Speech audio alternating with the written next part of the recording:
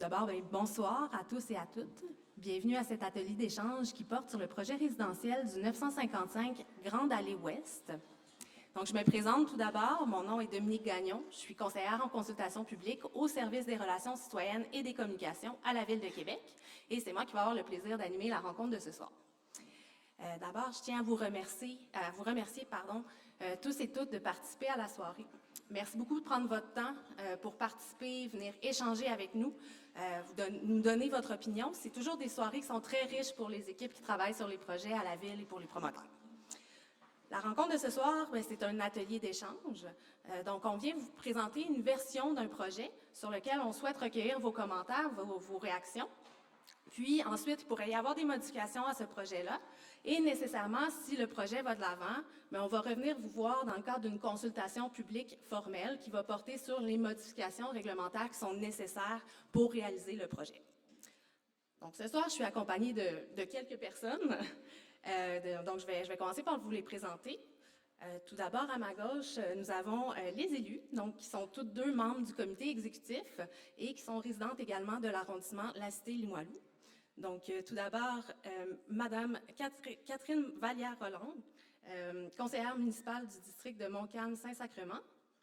Bonsoir. Bonsoir. Également, Madame Maude Mercier-Larouche, conseillère municipale du district Saint-Louis-Sillery. Bonsoir.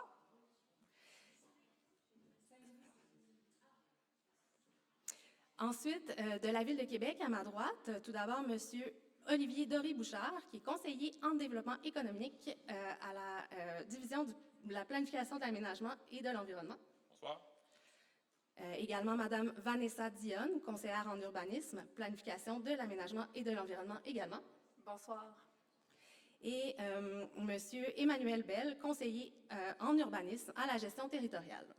Bonsoir. Parfait. Donc, je me retourne encore à ma gauche, un petit peu plus loin. Nous avons les représentants du promoteur. Donc, tout d'abord, Madame Karine Simard, gestionnaire immobilier chez Immeubles Simard. Madame Sandrine Toulouse-Loyal de la firme PMA Architectes. Bonsoir. Et Monsieur Pierre-Luc Grenon de la firme WSP. Bonsoir. Je souligne également la présence de quelques administrateurs du conseil de quartier de Montcalm dans la salle, donc bonsoir à vous. Donc, avant de vous présenter le déroulement de la soirée et vous donner quelques consignes, j'aimerais me permettre au conseiller municipal de vous adresser un petit mot de bienvenue. Oui, alors bonsoir. Écoutez, ça me fait grand plaisir d'être avec vous ce soir en présence de ma collègue Maude Mercier-Larouche. Très heureuse de voir que vous êtes aussi nombreux. Pour nous, c'est un signal à l'effet que notre démocratie municipale est très en santé, que vous vous intéressez à votre quartier. Alors, c'est une excellente nouvelle. Donc, on est ici ce soir pour discuter dans le cadre d'un atelier d'échange qui va porter sur le projet résidentiel, qui est un projet résidentiel mixte qui va se situer, comme vous le savez, donc au 955 Grande Allée Ouest. Le projet vous est présenté ce soir effectivement par le promoteur, donc les immeubles Simard. Et il nous apparaissait important et intéressant, je pense, de le faire sous la formule de ce soir, sous forme participative, donc qui va vous permettre, en petits groupes, de partager, d'échanger des idées, d'avoir l'opportunité, je dirais aussi, d'être partie prenante au développement de votre quartier et aussi d'influencer donc le projet qui vous est présenté. Il y aura plusieurs étapes à ce processus. Donc, il y a déjà une rencontre avec les membres du conseil de quartier Montcalm à huis clos. Il y a la séance de ce soir et il y aura d'autres étapes aussi à ce processus qui vous seront expliquées. Mais l'objectif, vraiment l'idée, c'est d'avoir ensemble un dialogue qui est constructif autour de ce projet-là avec le promoteur. Et le projet, vous vous souviendrez, avait été présenté en 2021 sous une première mouture. Peut-être que certains d'entre vous, d'ailleurs, y aviez participé à ce moment-là. Le projet avait été retiré, vous vous souviendrez, et il a été retravaillé. Je pense qu'il y a un travail quand même considérable qui a été fait pour prendre en considération les préoccupations et les commentaires, les suggestions aussi que les citoyens avaient formulées à cette époque-là et ils avaient été nombreux. Alors, c'est justement l'objectif de ce soir. Donc, c'est que le promoteur vous présente cette deuxième mouture du projet-là et qu'on puisse en discuter. Depuis 2021, le contexte, vous le savez, a changé quand même de façon considérable, notamment parce qu'actuellement, il y a une pénurie de logements qui est importante. Donc, nous, comme ville, bien sûr, on a décidé d'adopter, je dirais, une posture, une approche qui est plus proactive et qui vise justement à être un acteur important dans le fait de devoir trouver des solutions pour s'assurer de donner accès au logement à sa population. Donc, c'est la posture qu'on a prise.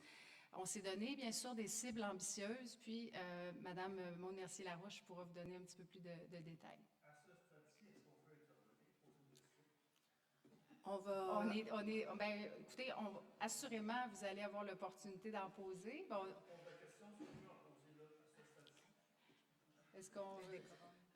on va prendre une période de questions après la présentation, donc on va attendre. On est vraiment au stade des remarques introductives. On va pouvoir les prendre.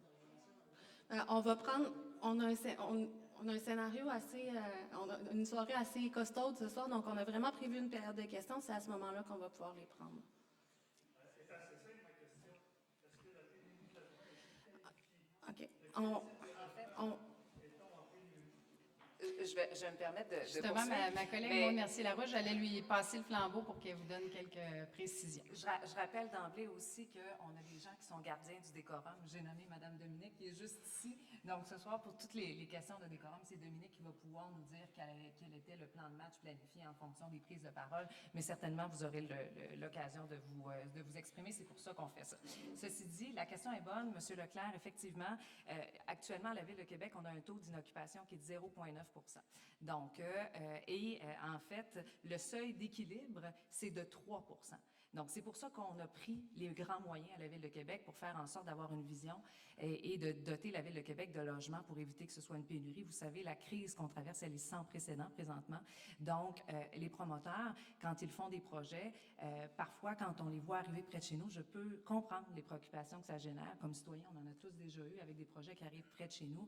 Mais le pourquoi on le fait, il est vraiment important.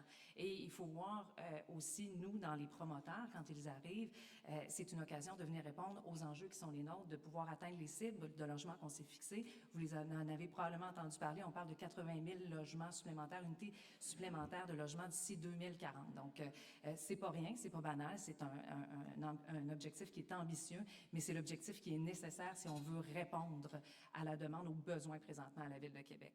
Donc, je me permets de faire aussi une petite précision du pourquoi je suis ici ce soir, parce que c'est dans le district de Catherine, vous n'avez pas changé de conseillère municipale, le projet du 955, mais en fait, j'ai le plaisir de partager avec Catherine, ma collègue, les limites, en fait, du projet. Donc, si on regarde en face du 955, on est dans le district de Saint-Louis-Sillery qui se rend jusqu'à Belvédère. Et quand on est à Belvédère, du côté est de Belvédère, c'est Catherine, et du côté ouest, c'est dans mon district de Saint-Louis-Sillery après ça. Donc, on va vraiment vers Sainte-Foy. Alors, voilà, c'est pourquoi je suis ici. Il y a des gens de mon district, d'ailleurs, qui sont dans la salle, qui sont interpellés autant que vous.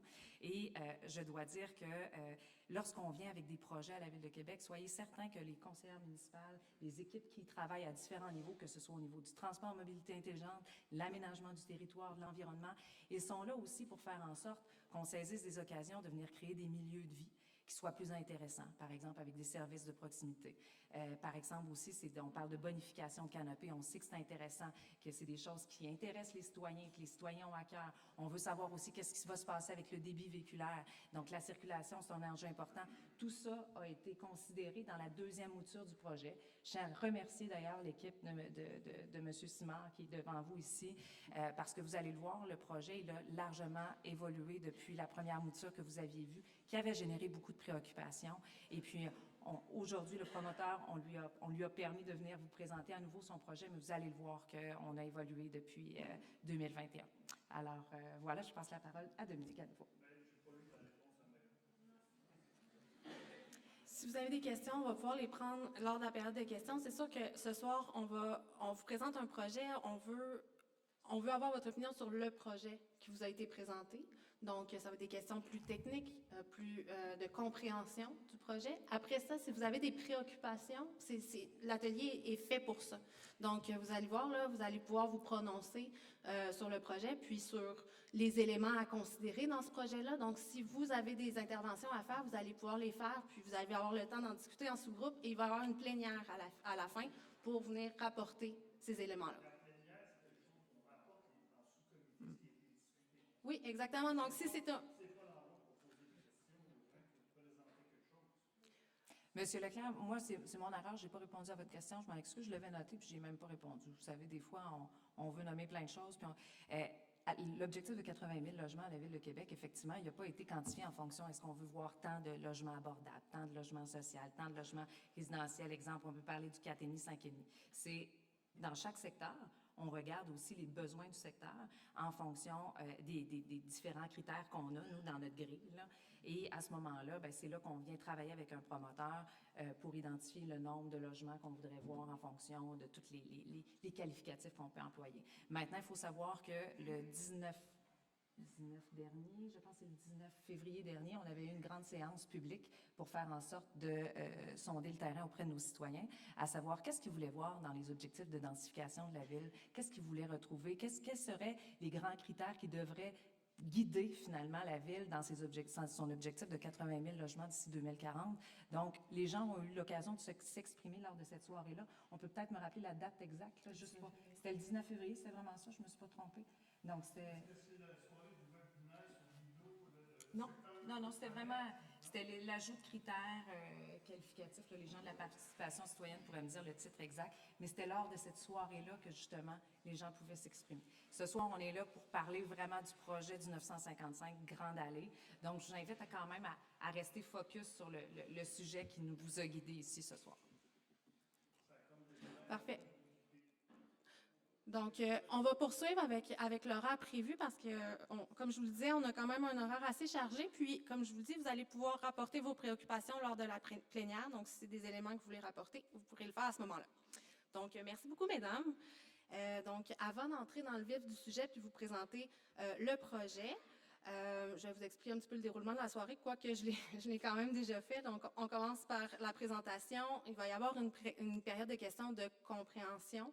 Ensuite, on vous fait travailler en sous-groupe. Hein. Vous avez vu, il y a des grands napperons qu'on appelle, donc des grands papiers sur lesquels vous allez pouvoir répondre à des questions pendant une quarantaine de minutes. Puis après ça, un représentant par groupe va pouvoir rapporter là, les éléments marquants de vos discussions.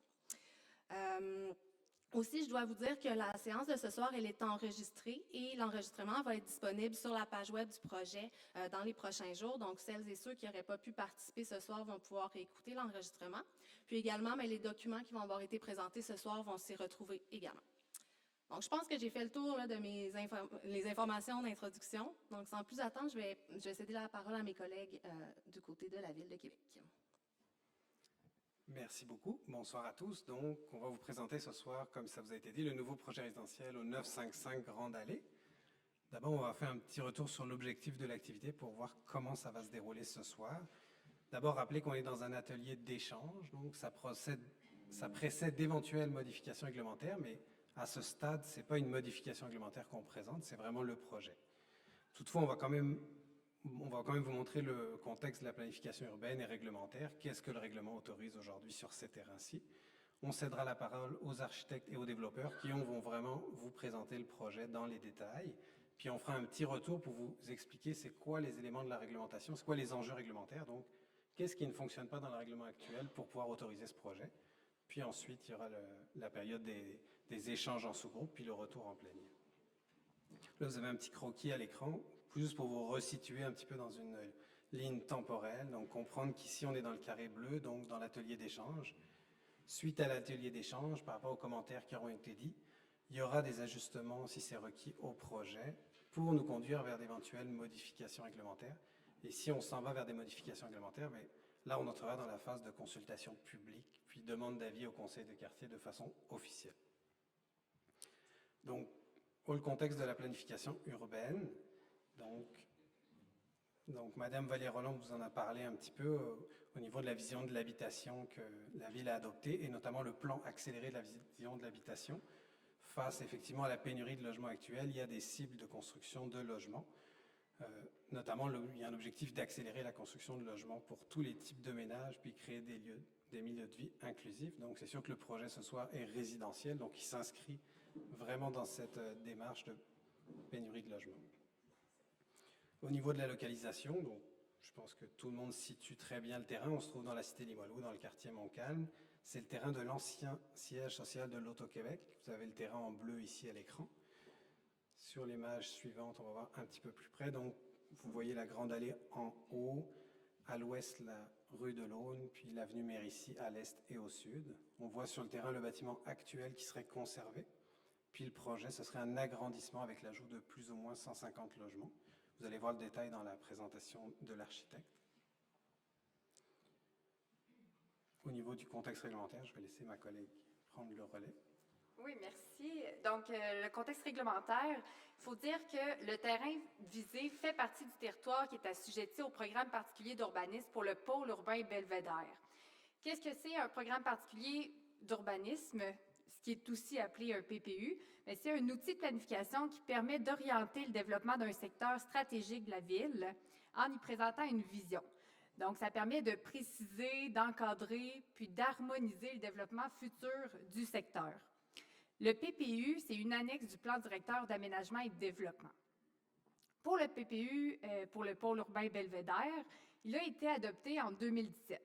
Depuis son adoption, il y a eu plusieurs modifications qui ont été apportées. Je vous dirais que c'est assez fréquent. On vient modifier les PPU pour permettre différents projets, pour répondre à ces projets-là.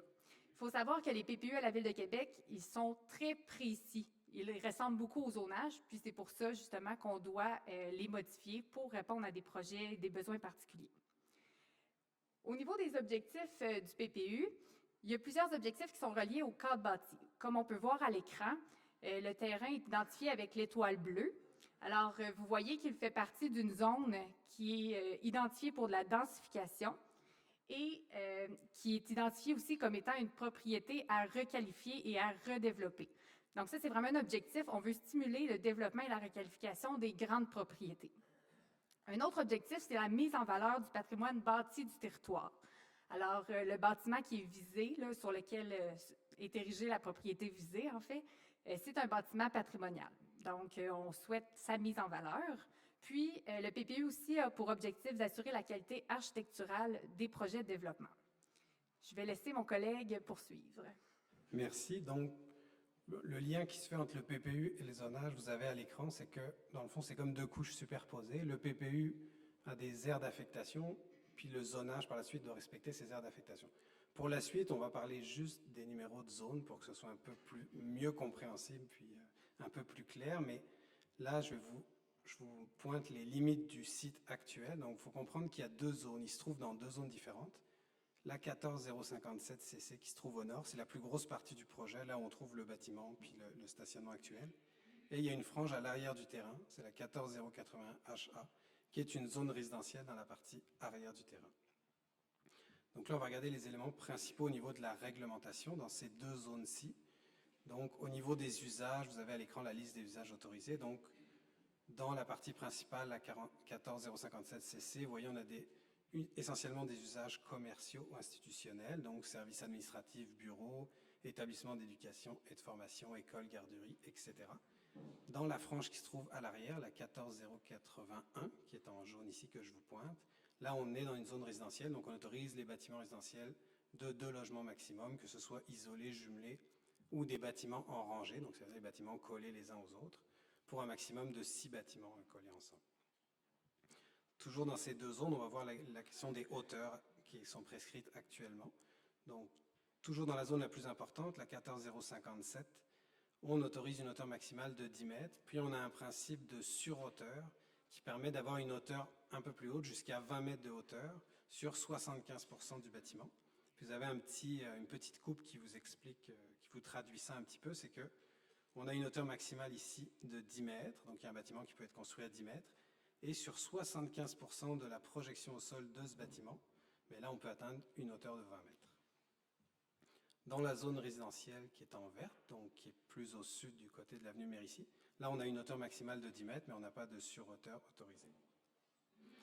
Finalement, on finit avec les marges. Donc, les marges, c'est le dégagement entre le bâtiment et la ligne avant du terrain. Donc, dans la zone 14057, vous voyez, on a une marge avant de 30 mètres. Elle est représentée en bleu. Donc, vous voyez à peu près le dégagement de 30 mètres du côté de la rue de l'Aune, de la Grande Allée et de Mérissi à l'est. Et dans la 14080 HA, on a une marge avant de 5 mètres. Donc, c'est un dégagement, il est figuré en bleu aussi sur le plan pour la zone résidentielle plus au sud.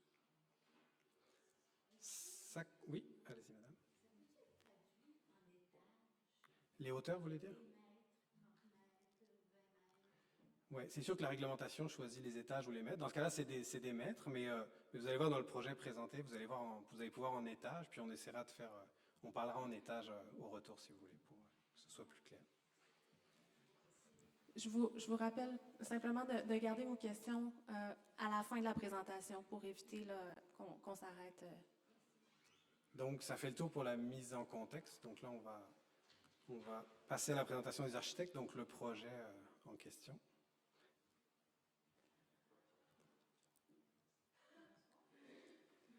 Bonsoir.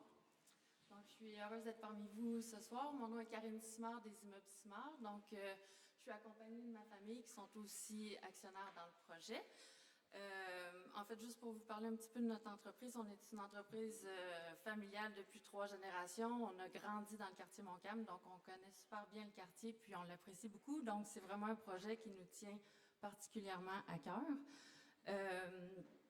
On vous avait présenté en 2021 un projet, mais à partir de là, on a écouté les préoccupations, puis on est vraiment allé chercher des experts pour nous conseiller, nous orienter, puis bonifier notre projet. Donc, on est vraiment excités de vous le présenter ce soir.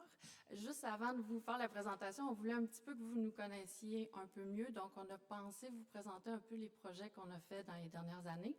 Le premier, c'est le Boisé Bégin, qui est tout près là, du 955, près de la rue Belvédère. Donc, c'est une rue privative de 14 maisons en rangée. La particularité, c'est qu'on a gardé plus de 100 arbres matures sur le site. Donc, on s'est vraiment bien intégré au secteur, puis on a vraiment eu une bonne réponse des citoyens dans le secteur. Puis, sachant que c'est une préoccupation pour vous, les arbres, on voulait juste vous démontrer que pour nous aussi, c'est une préoccupation.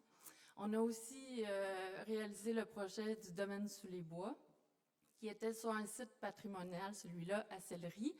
Puis cette fois-ci, le défi, c'était de bien s'intégrer dans un milieu naturel vraiment exceptionnel. Puis sinon, le dernier, c'est celui qu'on a réalisé cette année, qui a été terminé au printemps 2023. Ça s'appelle le Vert Mezzanine. C'est un immeuble à logement de 258 unités. On est allé se relier à un autre immeuble déjà existant, donc on avait une contrainte architecturale. Mais pour cet immeuble-là, ce qu'on est fiers, c'est qu'on a réussi à créer un espace de vie, puis on a vraiment bien ciblé les besoins de la clientèle, à tel point que, disons, déjà en septembre, on avait déjà 100% de taux d'occupation. On voulait aussi un petit peu vous présenter les objectifs quand on développe un projet. Dans le fond, on a 3 objectifs principaux. Bien sûr, on a le bien-être de nos locataires. Donc, on s'assure vraiment d'avoir des aménagements fonctionnels, d'avoir des espaces de vie intéressants pour eux, puis de répondre à leurs besoins. Notre deuxième préoccupation, c'est aussi de s'intégrer harmonieusement dans le quartier, de respecter le patrimoine, puis de bonifier le secteur, en fait, là. Puis le dernier point, c'est d'avoir toujours en tête de bonifier notre projet par une conscience environnementale. Donc, dans ce cas-ci, la préoccupation des arbres, c'est très important pour nous. Mais aussi, on est une entreprise que, oui, on développe, mais aussi, on aime garder nos immeubles à long terme. Donc, on a toujours une vision à long terme. Donc, tout ce qui est de matériaux ou de choix de système pour les bâtisses, on pense à leur longévitude. Donc, on veut des systèmes efficaces énergétiques. On veut aussi faciliter le bien-être de nos locataires avec les autos électriques, les vélos électriques, tout ça. Donc, on a une conscience au niveau de l'environnement. Donc, sans plus attendre, on va vous présenter notre projet. C'est Sandrine qui va vous le présenter. Rebonjour. Je me représente, Sandrine Toulouse-Joyal, architecte et chargée de projet chez PMA. Je ferai la présentation ce soir avec vous là, pour présenter notre projet d'architecture. Je vais parler un petit peu plus, vous avez le micro, je m'en excuse. Premièrement, qui sommes-nous, PMA Architecte? Donc, PMA, c'est une firme qui est basée à Québec depuis plus de 50 ans. Nous contribuons au développement de projets d'envergure dans les secteurs hôteliers, commerciaux et administratifs. Puis, au fil des années, notre firme a développé une expertise marquée et reconnue dans le domaine de l'habitation. Nos projets, le Vitrail dans Montcalm, la Falaise apprivoisée dans Saint-Roch et l'Étoile sur Grande Allée dans Saint-Jean-Baptiste sont de bons exemples d'intégration remarquable et harmonieuse de projets d'habitation dans un contexte urbain. Le Vitrail et l'Étoile sont d'ailleurs de fiers modèles de revitalisation de sites patrimoniaux. Donc, la présentation de ce soir sera divisée dans 8 grandes sections. Le site à développer, on fera un retour aussi sur l'ancien scénario de projet qui a été présenté en mai 2021. On fera aussi une présentation du nouveau scénario de projet, bien sûr. On verra la comparaison entre l'ancien et le nouveau scénario. Puis nous verrons ensuite les incidences du nouveau scénario, d'abord sur l'ensoleillement, sur le paysage avoisinant et finalement sur la mobilité et le stationnement sur rue. Puis finalement, nous terminerons bien sûr avec un petit mot de la fin. Première partie, site à développer. Commençons par l'observation du cadre bâti voisin du site à développer, ici identifié en vert sur l'image. Le site se trouve derrière le 955 Grande Allée Ouest, vous l'avez bien compris, et est actuellement occupé par une aire de stationnement de surface.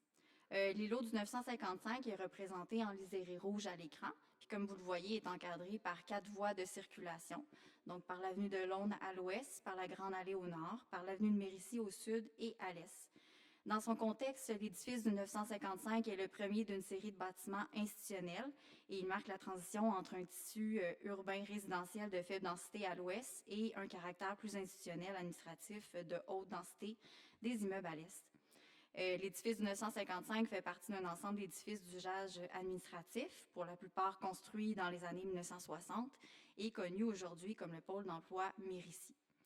Le lot est aussi voisin des grands immeubles résidentiels que vous connaissez, les Jardins de Mérisy, et aussi tout récemment du Solstice, qui est en fond de l'eau de l'édifice Arbois. Le site de projet est actuellement constitué de 7 % de surfaces bâties qui sont dédiées à l'usage commercial administratif. Puis, en juin 2024 prochain, le taux d'occupation de cet édifice atteindra bientôt 100 %, suivant l'accueil du CPE Passepoil qui occupera 25 % de l'aire de plancher. Les autres locataires de cet édifice sont un groupe de gestion de patrimoine et un cabinet d'avocats. Le site de projet est aussi constitué de 17 % de surface asphaltée, accueillant un total de 73 cases de stationnement de surface, dont 16 sont situées en cours avant sur Grande Allée et 57 à l'arrière près de Mérisy. La propriété possède de nombreuses qualités exceptionnelles indéniables. Tout d'abord, le pavillon commercial, qui date de 1958, est une œuvre du courant moderne dont la valeur patrimoniale est reconnue aujourd'hui comme supérieure par la Ville de Québec. Il s'agit donc d'un bien patrimonial à protéger et mettre en valeur à titre de témoin de l'architecture commerciale de la période moderniste. Le site est aussi constitué de 76 % d'aires vertes et est agrémenté aussi de 80 arbres qui sont répertoriés en périphérie et à l'intérieur même du lot. Une haie de cèdre de mature borde aussi la propriété au sud-est et celle-ci fait office d'un écran visuel entre le stationnement arrière et les résidences de l'avenue de Mérisy. Retour sur l'ancien scénario de projet. Donc, voici un aperçu du volume qui avait été présenté à la séance d'information citoyenne du 12 mai 2021. Le volume bâti variait de 3, 4 à 7 étages et permet d'atteindre un potentiel de développement pour 178 nouveaux logements et 280 cases de stationnement souterrain.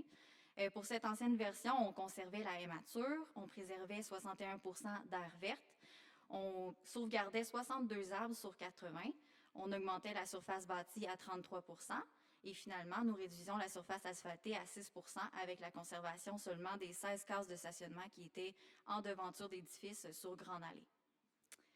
On va faire ici un petit récapitulatif de l'évolution du projet depuis mai 2021. Lors de la séance d'information citoyenne, on a très bien entendu les préoccupations qui avaient été soulevées. Celles-ci touchaient notamment la volumétrie de projet, la préservation du caractère prestigieux de Grande Allée, et la conservation des arbres, la circulation, l'ensoleillement, le stationnement sur eux et aussi les désagréments causés par un chantier de construction. À l'issue de cette séance d'information, en juin 2021, la Ville nous a demandé de revoir certains aspects du projet et de retourner à la planche à dessin. On a sollicité, comme Karine le mentionnait, plusieurs experts afin de formuler des recommandations qui nous permettraient de bonifier le scénario de projet, de maximiser les impacts positifs sur le contexte urbain et aussi de répondre aux préoccupations qui avaient été soulevées par les citoyens. En juin 2022, on a réamorcé des consultations avec la commission d'urbanisme afin de travailler sur une nouvelle vision du projet. Plusieurs échanges ont contribué à faire évoluer la forme du projet là, telle qu'on la présente ce soir. Puis en 2023, on a finalement obtenu l'avis favorable de la commission d'urbanisme pour le scénario d'implantation et de volumétrie, ce qui nous amène à réamorcer les démarches de participation citoyenne ce soir. Donc, partie 3, nouveau scénario de projet.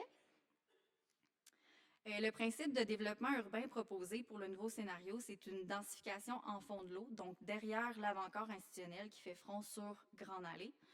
Ce principe est en parfaite cohérence avec les deux agrandissements qui sont identifiés en orange à l'écran. Le premier représente l'agrandissement de l'industriel Alliance qui est observable derrière le 925 Grande Allée et qui fait environ 7 étages dans sa partie la plus haute. Puis le deuxième est représenté par l'agrandissement du 871 avec la construction récente du Solstice d'une hauteur de quelques 10 étages. Le principe de densification en fond de l'eau est à même de contribuer à la pérennité du parvis paysager de Grande Allée, qui a une participation significative à son caractère patrimonial et prestigieux. Donc, voici le nouveau scénario de projet. Celui-ci se déploierait sous la forme d'une couronne qui se modulerait autour d'une cour intérieure en cœur d'îlot. Non seulement ce type d'implantation permettrait un encadrement architectural de qualité du côté cour et du côté rue, il permettrait aussi de mieux définir l'espace public collectif et il permettrait une meilleure mise en valeur du pavillon commercial patrimonial en lui octroyant sa fonction de tête d'îlot sur Grande Allée. Au niveau du gabarit de projet, on propose un volume résidentiel principal sur 4 étages, donc qui équivaut à 12 mètres, plus ou moins. Il se limiterait à la hauteur existante du pavillon là, sur Grande Allée.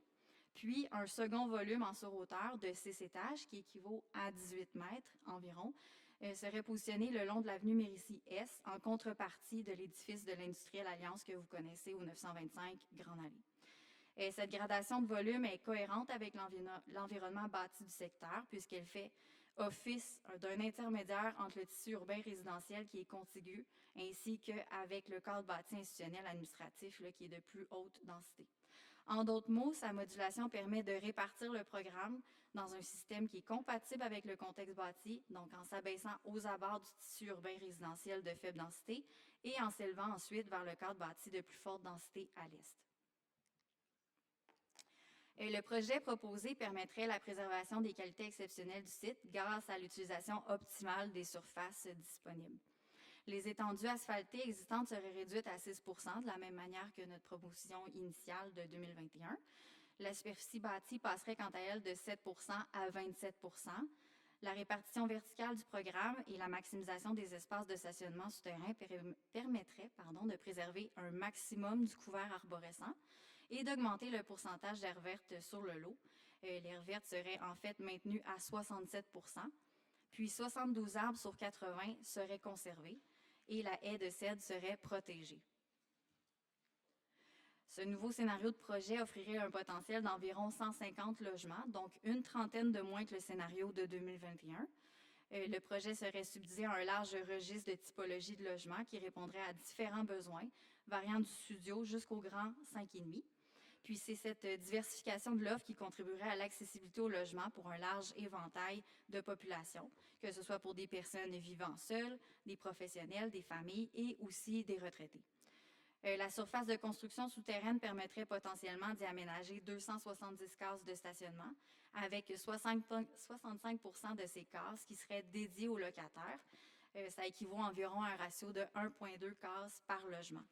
Puis finalement, les 16 cases de stationnement de surface existantes qu'on conserve seraient mises à disposition du futur CPE en tant que dépose minute. Partie 4, comparaison de l'ancien et du nouveau scénario de projet.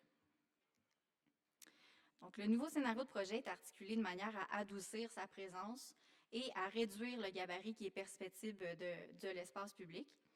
La comparaison de l'ancien, qui est identifié ici en orange, et du nouveau en mauve, démontre qu'un important volume a été retranché.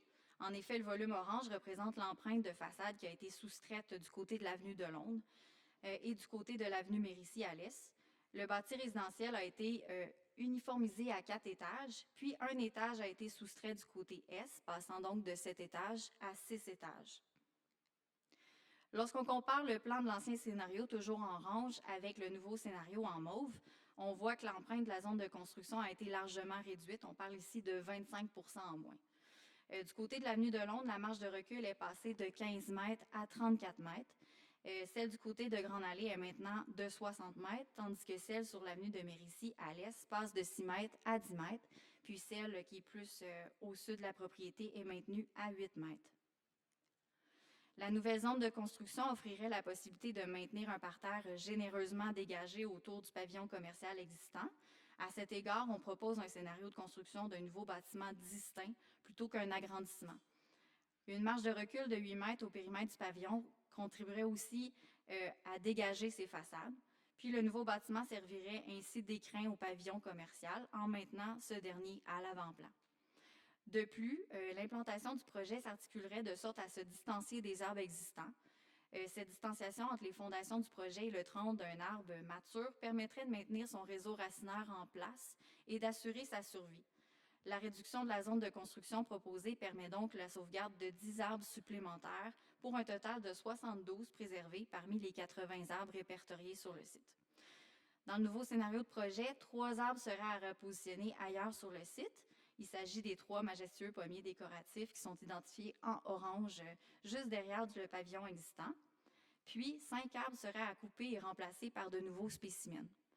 Avec ce scénario de projet, on espère bien répondre aux préoccupations des citoyens concernant la volumétrie de projet, la préservation du caractère prestigieux du 955, ainsi que la protection des arbres. Partie 5, incidence du projet sur l'ensoleillement sur les propriétés voisines. Donc, l'évaluation de l'ensoleillement est réalisée par simulation à l'aide du logiciel Autodesk Revit, grâce auquel nous modélisons le contexte urbain incluant les biens immobiliers voisins et la topographie du secteur. Ensuite, le scénario du projet est inséré dans le modèle 3D grâce aux données géographiques fournies par un arpenteur. Enfin, la période d'ensoleillement est étudiée sur 4 jours, donc l'équinoxe du printemps, le solstice d'été, l'équinoxe d'automne et le solstice d'hiver qui, dans l'ensemble, représentent bien à eux 4 les différentes variations d'ensoleillement observables dans une année. La période d'analyse d'ensoleillement est étudiée à 1 heure après le lever du soleil jusqu'à 1 heure avant le coucher du soleil. On établit ces barèmes puisque, au-delà de ces heures-là, l'ensoleillement la hauteur solaire se situe entre 10 et 15 degrés par rapport à la ligne d'horizon, ce qui crée des ombrages très, très prononcés et non représentatifs de la globalité d'une journée. Voici un exemple type des résultats d'une simulation d'ensoleillement. Ce qu'on analyse ici, c'est le résultat des ondes portées à une heure donnée de la journée, puis les résultats sont interprétés de la façon suivante. Donc, une zone claire représente un secteur pleinement ensoleillé. Une zone foncée représente un secteur qui reçoit l'onde portée d'un bâtiment existant seulement. Une zone foncée qui est encadrée de jaune représente un secteur qui est nouvellement ombragé. Donc, on considère que cette zone est impactée par le futur projet. Un trait rouge montre un impact direct sur la façade d'un bâtiment voisin. Pour la simulation d'ensoleillement qu'on vous présente aujourd'hui, on représente seulement que les ondes portées engendrées par des bâtiments afin d'obtenir des zones ombragées bien définies. Dans les faits, il faudrait toutefois considérer la canopée des arbres qui en contribue aussi aux ondes portées sur le contexte voisin. Alors, simulation 1, équinoxe du printemps, évaluation de 8 heures à 18 heures. Ici, on voit sur les 3 images dans le haut de l'écran que de 8 heures à 15 heures, l'onde portée du projet n'a pas d'incidence sur les bâtiments voisins.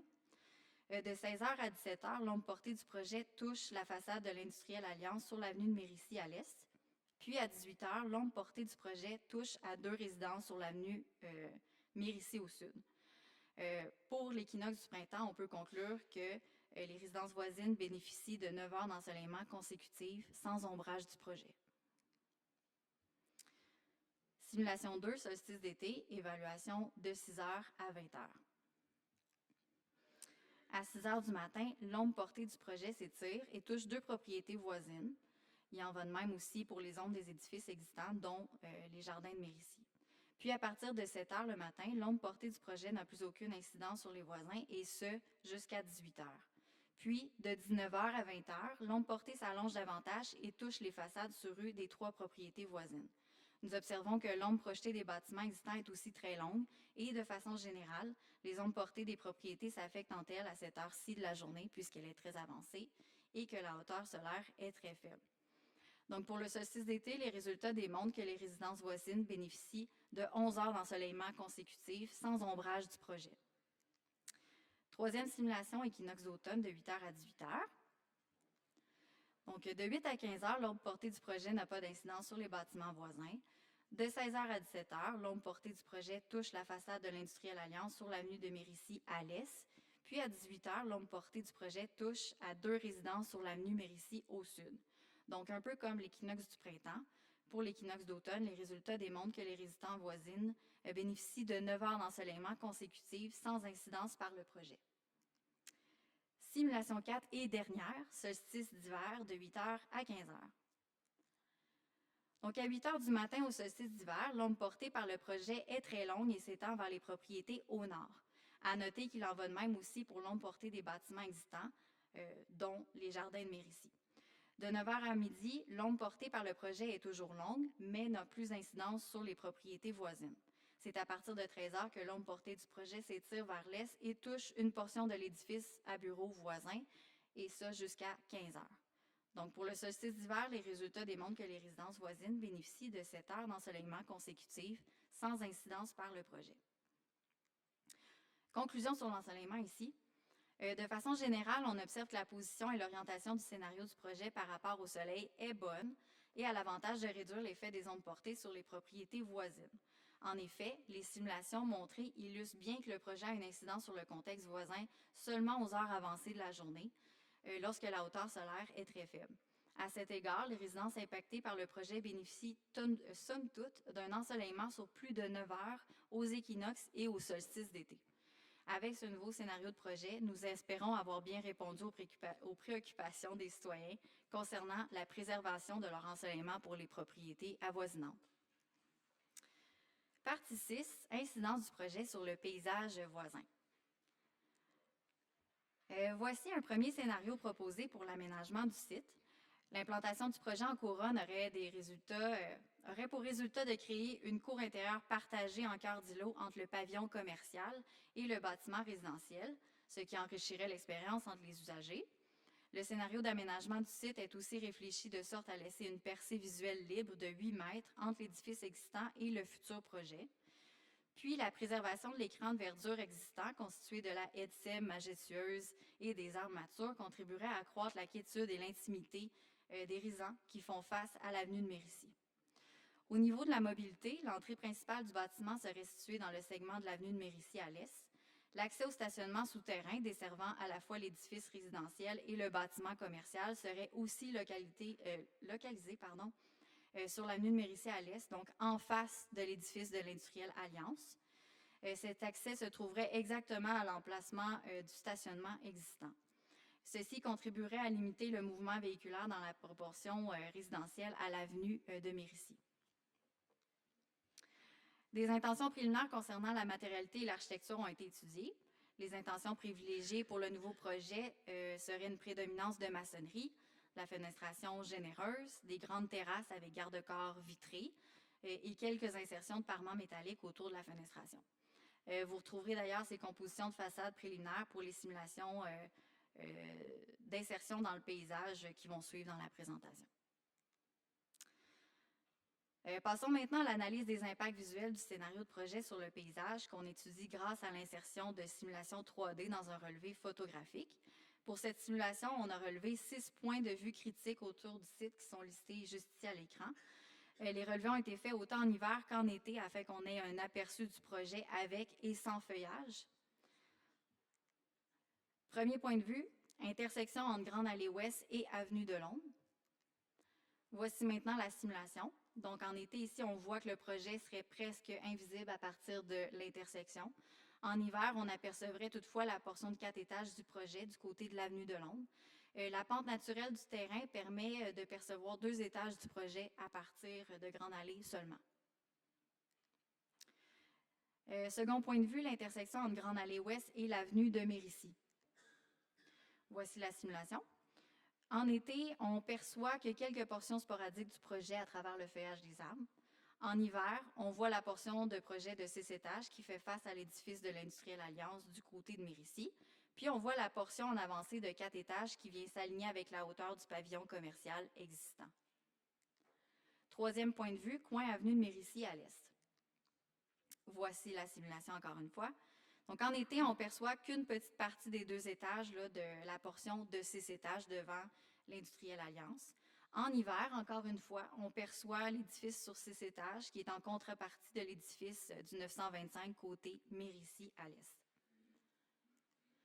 Quatrième point de vue, axe de Mérisy. Voici la simulation. En été, on voit la portion de 4 étages qui est située le long de Mérisy au sud du lot. Puis, on voit aussi une portion de la section de 6 étages qui se dessine à l'arrière-plan. Dans ce point de vue, la hauteur de la haie mature permet de dissimuler les 2 étages du bas. En hiver, la simulation est relativement similaire. Cinquième point de vue, coin avenue Mérisy Sud. Voici la simulation. Donc, en été, le projet serait en bonne partie dissimulé. En hiver, on voit bien la portion de 4 étages qui se dessine le long de Mérisy au sud du lot. Sixième point de vue et dernier, avenue de Londres. Voici la simulation. En été, on voit la portion de 4 étages qui est située le long de l'avenue de Londres. On perçoit clairement qu'il y a un recul quand même de 110 pieds par rapport à la bordure de rue. En hiver, la situation est similaire, mais on distingue entièrement la façade ouest du pavillon commercial et une partie de sa façade arrière. On passe à la conclusion. Donc, de façon générale, on pense que le nouveau scénario de projet s'intègre harmonieusement dans son contexte. En effet, les simulations démontrent que les façades latérales du pavillon commercial seraient entièrement dégagées et que le scénario contribuerait à préserver son caractère prestigieux sur Grande Allée. De plus, la conservation de la majorité des arbres et de la haie servirait d'interface entre le projet et le tissu résidentiel voisin, ce qui permettrait une meilleure intégration visuelle pour une nouvelle construction. Finalement, l'éloignement de la surhauteur par rapport au tissu résidentiel et la distanciation de l'implantation sur l'avenue de Londres contribueraient grandement à réduire l'incidence visuelle du futur projet. Bref, nous espérons que les simulations visuelles du nouveau scénario de projet démontrent que notre nouvelle proposition a nettement réduit les incidences visuelles sur le paysage. Je passe enfin la parole à M. Pierre-Luc Grenon, qui fera la suite de la présentation pour la mobilité. Bonjour, oui. Donc, je vais me présenter, là, je me suis ajoutée un peu dernière minute. Donc, Frédéric Lépine-Dallaire, j'accompagne mon collègue Pierre-Luc Grenon, on est de la firme WSP. On s'est occupé de l'étude de circulation dans le secteur. On va changer les slides. Non, excusez. Pas trop. Là, tu peux mettre la prochaine tout de suite. OK, donc si on commence avec le mode véhiculaire. Donc, le site est entouré d'une artère, donc la Grande Allée, puis de rues locales, dont l'avenue de Mérisy, qui est située tout juste à côté du projet. Parlant de l'avenue de Mérisy, sa sortie avec Grande Allée est gérée par un feu de circulation, puis est située tout près d'un autre carrefour géré par un feu de circulation, donc l'avenue Belvédère. Au niveau des conditions de circulation actuelles, on n'a décelé aucune problématique là, au niveau de la sortie de l'avenue de Mérisy aux 2 heures de pointe étudiées. Pour ce qui est des modes alternatifs dans le secteur, il y a plusieurs infrastructures dédiées à ces modes. Sur Grande Allée, il y a des parcours d'autobus qui circulent directement en fait là, en face du site. Puis à distance de marche sur le boulevard René-Lévesque, il y a des circuits du Métrobus, donc les circuits 800 et 801 qui circulent. Pour ce qui est des modes, pour ce qui est du réseau cyclable à proximité, on a 2 axes structurants dédiés au réseau cyclable, dont la rue Père-Marquette et le chemin Sainte-Foy. Il y a aussi des stations de vélo-partage à vélo situées à proximité du site.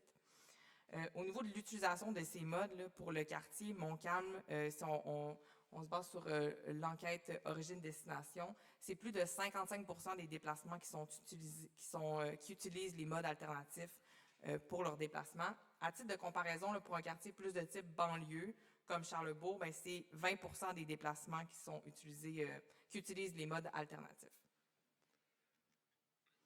On va faire un petit aparté méthodologique ici, juste pour être sûr qu'on se suit pour la prochaine slide. Donc, je passe sur la gauche pour la démarche classique d'étude de circulation. Donc, dans un premier temps, on s'intéresse au port modal. Alors, c'est quoi le mode de transport que les gens utilisent pour leur déplacement?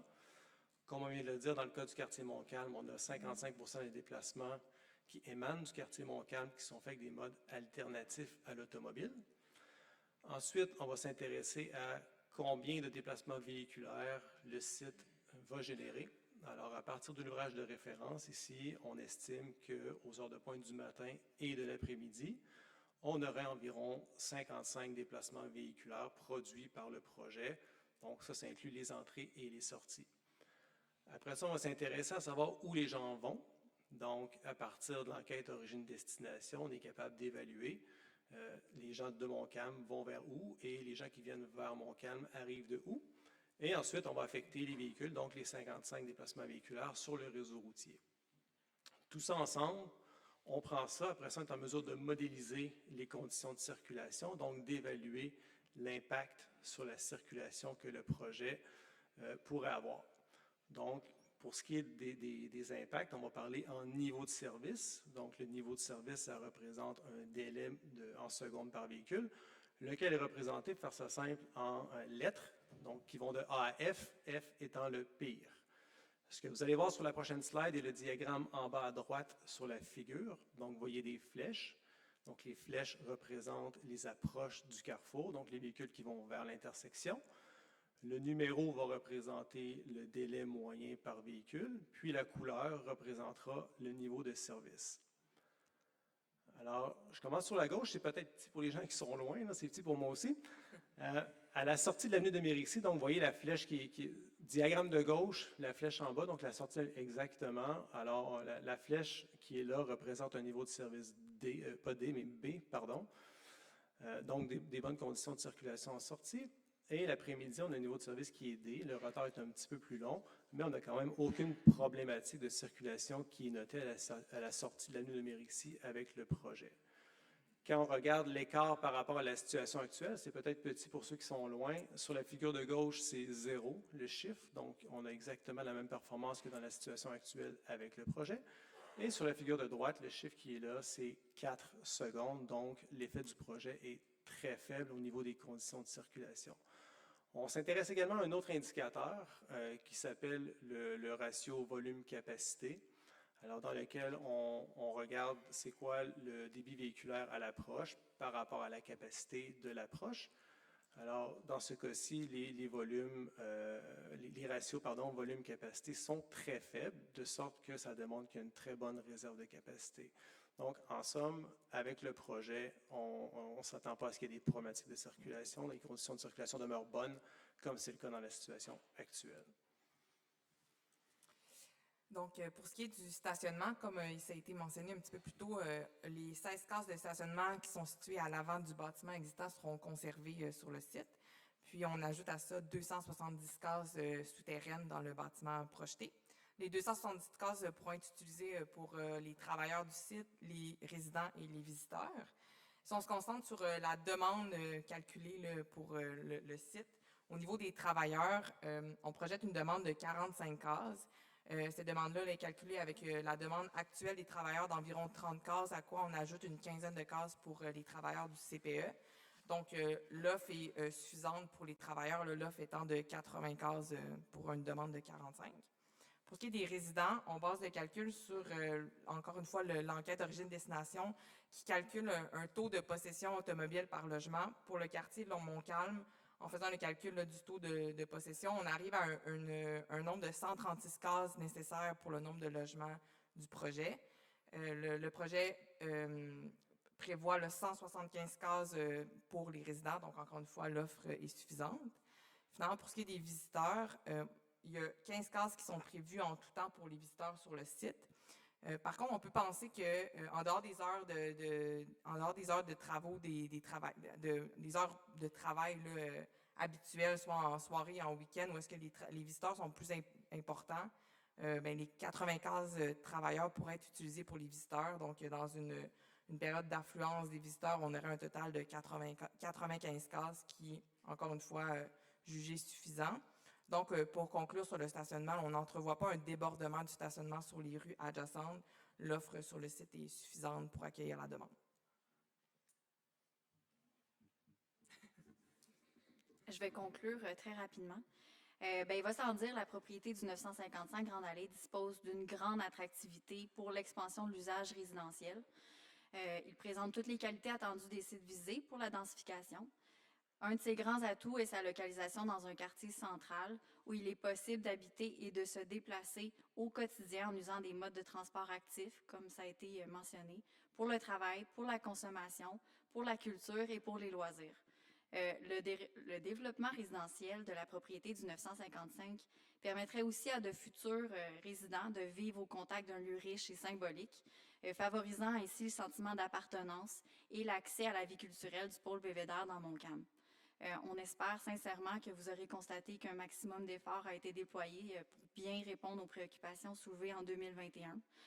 Nous espérons aussi que le projet continuera d'évoluer pour le mieux grâce à cet atelier de participation active de ce soir. Puis je vous remercie de votre écoute. Vous avez été très patient. Je passe la parole à la Ville pour conclure. Merci. Donc, moi, je vais conclure très rapidement. J'ai juste quelques images à vous montrer, puis on pourra répondre à vos questions. C'est la suite au projet qui a été présenté. On va revenir au niveau du contexte réglementaire sur les éléments qui seraient non conformes à la réglementation actuelle. Donc, dans le fond, vous voyez à l'écran, il y a 3 enjeux principaux. C'est l'usage résidentiel pour le terrain, la hauteur maximale qui est modifiée, je vais vous montrer des images après, puis la marge avant du côté de l'avenue Mérisy à l'est. Puis rappelez qu'on est dans un secteur sous juridiction de la Commission d'urbanisme et de conservation de Québec. Donc, tout permis éventuel de construction doit être approuvé préalablement par la Commission d'urbanisme. Donc, si on regarde au niveau des usages, par rapport à ce qui est présenté, donc ça reprend ce que je vous ai présenté au début. À gauche, c'est ce qui est autorisé dans les 2 zones. Donc, pour rappel, la zone en gris, c'est la partie principale du terrain. La petite zone résidentielle en bas, c'est la partie inférieure qui se trouve du côté de Mérisy. Donc, vous voyez en termes d'usage, pour la 14057, c'est l'usage résidentiel qui serait requis. Pour la zone résidentielle en bas, ce serait le retrait du nombre maximum de 2 logements maximal par bâtiment. Au niveau des hauteurs, là, je vais rajouter les étages pour être plus compréhensible. Donc, au milieu, vous avez les hauteurs autorisées. Donc, dans la partie la plus grande du site, on autorise 10 mètres ou 3 étages et une surhauteur de 20 mètres, donc environ 6 étages sur 75% du projet. Là, ce qui vient de vous être présenté, on rehausse à 13 mètres, donc 4 étages, et le pourcentage de surhauteur qui va à 6 étages est à 30%. Pour la partie qui viendrait déborder dans la zone en bas, actuellement c'est 10 mètres, 3 étages qui est autorisé. Ce qui est demandé, c'est passer à 13 mètres, donc 4 étages. Et dans ce cas-là, la partie à 6 étages représente 20% si on prend la proportion de cette zone-ci. Enfin, je finis avec les marges. Donc, à gauche, vous aviez les marges qui sont en vigueur, donc le fameux 30 mètres qui s'applique sur les 3 rues. Donc, finalement, vous comprenez, le 30 mètres est respecté du côté de la rue Delaune, de la Grande Allée Ouest. Par contre, la modification requise, ce serait sur la marge qui se trouve du côté de Mérisy à l'est, qui serait à 8 mètres au lieu des 30 mètres. Mais précisons que le 8 mètres aussi serait rehaussé du côté de Mérisy au sud, finalement, puisque le bâtiment serait plus à 5 mètres, mais à 8 mètres. Donc, elle serait augmentée la marge au sud. Donc, ça vient compléter les présentations. Parfait, merci beaucoup. Merci à tous ceux et celles qui ont pris la parole. On serait rendu à la période de questions. Donc, comme je le mentionnais tout à l'heure, ça va être une période d'environ 10 minutes pour des questions de compréhension. Donc, des questions plus techniques sur le projet. Après ça, vous allez pouvoir en discuter en sous-groupe. Puis les commentaires, les réactions vont vraiment pouvoir être formulées là, à ce moment-là. Donc, j'ai ma collègue Christina qui va se promener avec un micro dans la salle. Donc, on aurait une première question à la table numéro 4.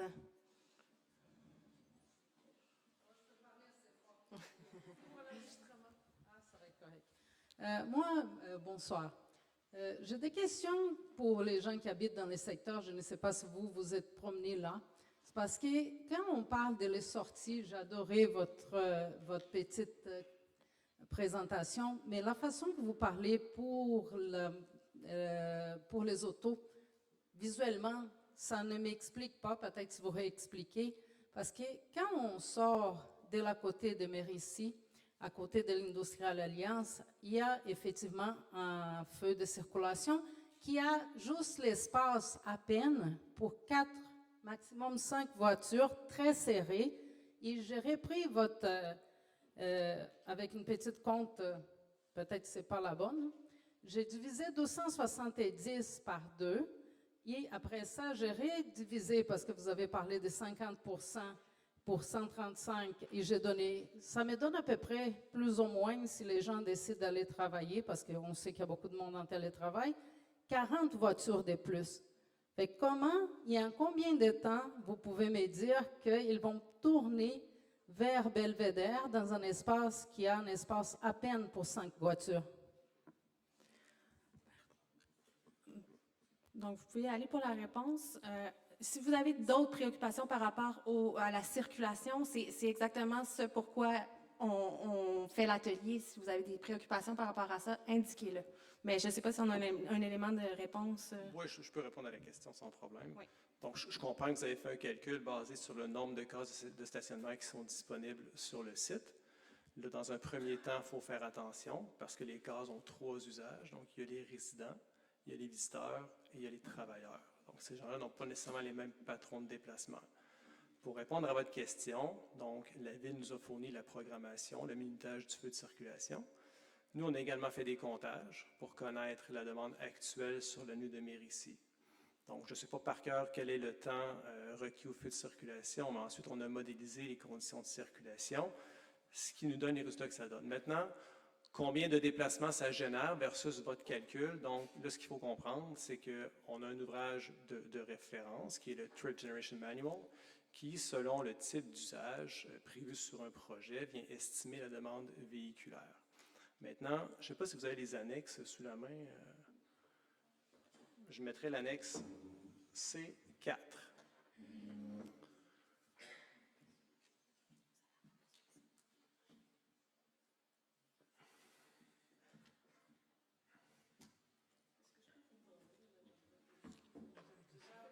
Ah, oui, on va prendre.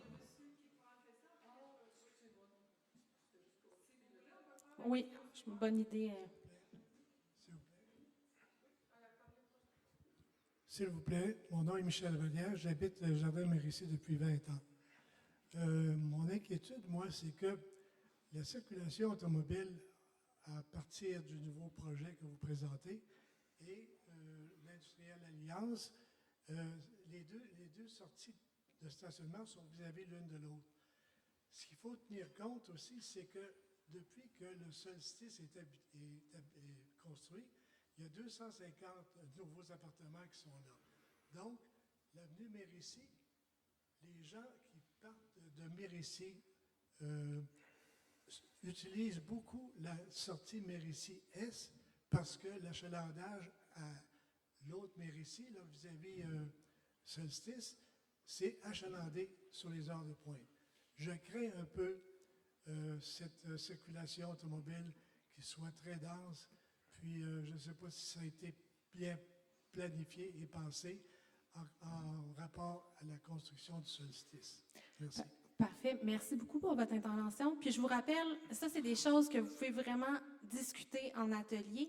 Donc, nous, ce qu'on veut savoir, la période de questions, c'est est-ce qu'il vous manque des éléments pour bien comprendre le projet, puis après ça, répondre aux questions qu'on vous pose en atelier. Si tu me permets, je vais répondre aux 2 questions en même temps. Oui. On va aller à 4, OK. Mais on va aller à C4 quand même, entre-temps, puis je vais répondre aux 3 en même temps. OK, la mienne ne sera pas très longue. Je veux simplement savoir, vous avez fait quand l'évaluation au point de vue circulation? Est-ce que vous venez de le faire ou vous avez fait, parce qu'on avait eu des chiffres en 21 où on donnait des choses totalement différentes parce que le contexte a énormément évolué pour tout le monde et particulièrement, puis je suis un peu d'accord avec le monsieur là, pour vous dire que les choses vont changer, évidemment. Là. On voit déjà c'est changé.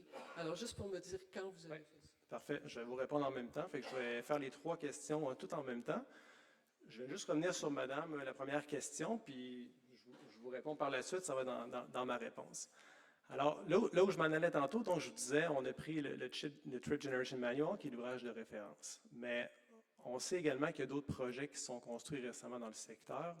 Alors, on s'est également intéressé à ce que ces projets-là génèrent en termes de déplacement véhiculaire. Alors, on est allé faire des comptages de ce qui entre et ce qui sort de ces bâtiments-là aux heures de pointe pour comparer avec ce que nous donne l'ouvrage de référence. Il faut comprendre que l'ouvrage de référence, c'est un ouvrage qui donne des statistiques à partir de différents relevés qui ont été faits en Amérique du Nord, dans différentes villes. Alors, il peut y avoir une certaine incertitude. Donc, c'est pourquoi on est allé relever des sites à proximité pour avoir des conditions similaires. Maintenant, ce qu'on vous a présenté était l'estimation la plus conservatrice. Si on regarde le solstice, si on avait pris la génération du solstice pour le présent projet, on aurait une génération qui est de 40 à 48 % plus faible que ce qu'on vous a présenté. Puis si on s'était basé sur le vitrail, on serait encore plus faible, on serait autour de 80 % plus faible. Ici, je vous ramène à ce qu'on disait initialement, quand on parlait des parts modales. On vous disait qu'il y a beaucoup d'offres en mode alternatif, et donc, ce n'est pas tout le monde qui utilise son véhicule. Il y a beaucoup de gens qui vont utiliser des modes alternatifs à l'automobile. Donc, ça, c'est ma réponse. Ensuite, si je prends les 2 autres questions, je vous invite à aller, pas tout de suite, mais la première question, c'était quand on a fait les relevés. Donc, on a fait les relevés le 31 janvier dernier. C'était un mercredi. Donc, oui, le solstice était construit. Le solstice passait par Mérici. Donc, ces gens-là sont inclus dans les comptages et dans ce qu'on vous a présenté, autant pour l'actuel que le projeté. On a également demandé à la Ville s'ils avaient des comptages antérieurs, donc parce qu'on sait pertinemment que la pandémie a un impact sur la mobilité, notamment qu'il y a plus de télétravail, puis qu'il y a un beau bâtiment à côté de la 925 qui est potentiellement sous-occupé. Donc, on s'est également intéressé à si le 925 était complètement occupé, qu'on a une circulation qui était davantage similaire à ce qu'il y avait pré-pandémie, et qu'on ajoutait le projet. Donc, qu'est-ce qui adviendrait? Vous pouvez reculer d'une slide, c'est 3. Donc, ici, ça demeure petit, mais ce qu'on a à la sortie de la ligne de Mérici, pointe PM, celle où il y a le plus de débit en sortie de Mérici, on a encore une fois un niveau de service D. On n'a pas de fil d'attente qui ne se résorbe pas, donc à chaque cycle du feu de circulation, les fils se résorbent. Pour reprendre un commentaire, le premier commentaire également, sachez aussi que la Ville de Québec est intervenue sur les feux de circulation depuis, donc c'est possible qu'il y ait plus de temps de verre également en sortie de Mérici que ce qu'il y avait antérieurement. Je n'ai pas le fin détail de ce qui a pu être fait sur les feux, mais sachez que la Ville agit régulièrement sur ces feux de circulation. Parfait, merci beaucoup. S'il vous plaît. J'ai 3 autres questions ici. Donc, 2 personnes ici, puis une autre avant d'aller en atelier. Puis peut-être si vous avez aussi des questions de compréhension sur le projet en soi. On voit qu'il y a des problématiques de circulation. On vous invite vraiment de les noter sur les feuilles. Là, ça va nous aider à documenter le tout. Donc. Oui, puis j'aimerais juste ajouter aussi, on va prendre les dernières questions, mais sachez que les intervenants vont circuler dans la salle pendant l'atelier. Donc, s'il y a d'autres questions, vous allez pouvoir les poser également. Oui, bonsoir. Mon nom est Louis Tatu de la rue de l'Aune. D'abord, moi, je me permets un commentaire. C'est vraiment mieux présenté. Bravo. Vous avez vraiment mieux présenté que la dernière mouture. À plusieurs points de vue améliorés. Vous avez posé la question, est-ce qu'on avait toutes les données? Je pense que les citoyens, la dernière fois, avaient une préoccupation de qualité. Quand on prenait le budget qui était discuté la dernière fois, on faisait le simple calcul là, sur le pied carré, tout ça, ça donnait des coûts de construction qui étaient inférieurs à ce que ça avait coûté pour construire l'Étoile il y a 15 ans. Alors, évidemment, puis je me permets une opinion personnelle, mais moi j'entends les gens autour, et les gens de la ville sont ici. Ça serait le fun que vous ayez cette préoccupation-là. Le solstice, là, je vais parler bien ouvertement, là, les gens qui en parlent autour de ça, ils ne trouvent pas que c'est un chef-d'œuvre. Et puis, on est sur la Grande Allée. On n'est pas à Pointe-Sainte-Foy, on n'est pas ailleurs. Je ne veux pas dénigrer aucun quartier, mais on parle de la Grande Allée. On parle de la rue de Londres, une rue fédérale, la rue des Braves, les plaines d'Abraham, tout ça. Ayez donc une préoccupation de qualité, puis c'est juste ça qu'on demande. On ne veut pas enlever la prérogative là, aux constructeurs de construire, d'exploiter le terrain qui vous appartient et tout ça, mais faites quelque chose de qualité. C'est juste ça qui est le point. Puis de comprendre le budget. Si vous nous parlez de quelque chose qui va vous coûter 350, 400 pièces ou 415, je pense la dernière fois, du pied carré, écoutez, là, c'est pas de la qualité.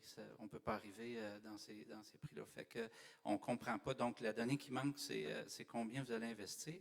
Et par rapport aux rues avoisinantes, Mérici, Delaune, ainsi de suite, est-ce que la Ville va nous garantir justement qu'il n'y aura pas de droit de stationner là?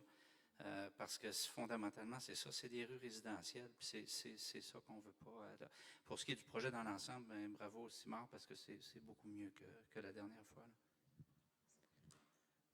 Parfait. Donc, j'entends un souci de qualité. C'est des choses que vous pouvez indiquer sur vos napperons, encore une fois. Du côté du stationnement, dans la rue, est-ce que... Christina, si tu veux passer le micro à nos collègues du transport qui sont assis là-bas peut-être, pour les commentaires là-dessus. Parfait.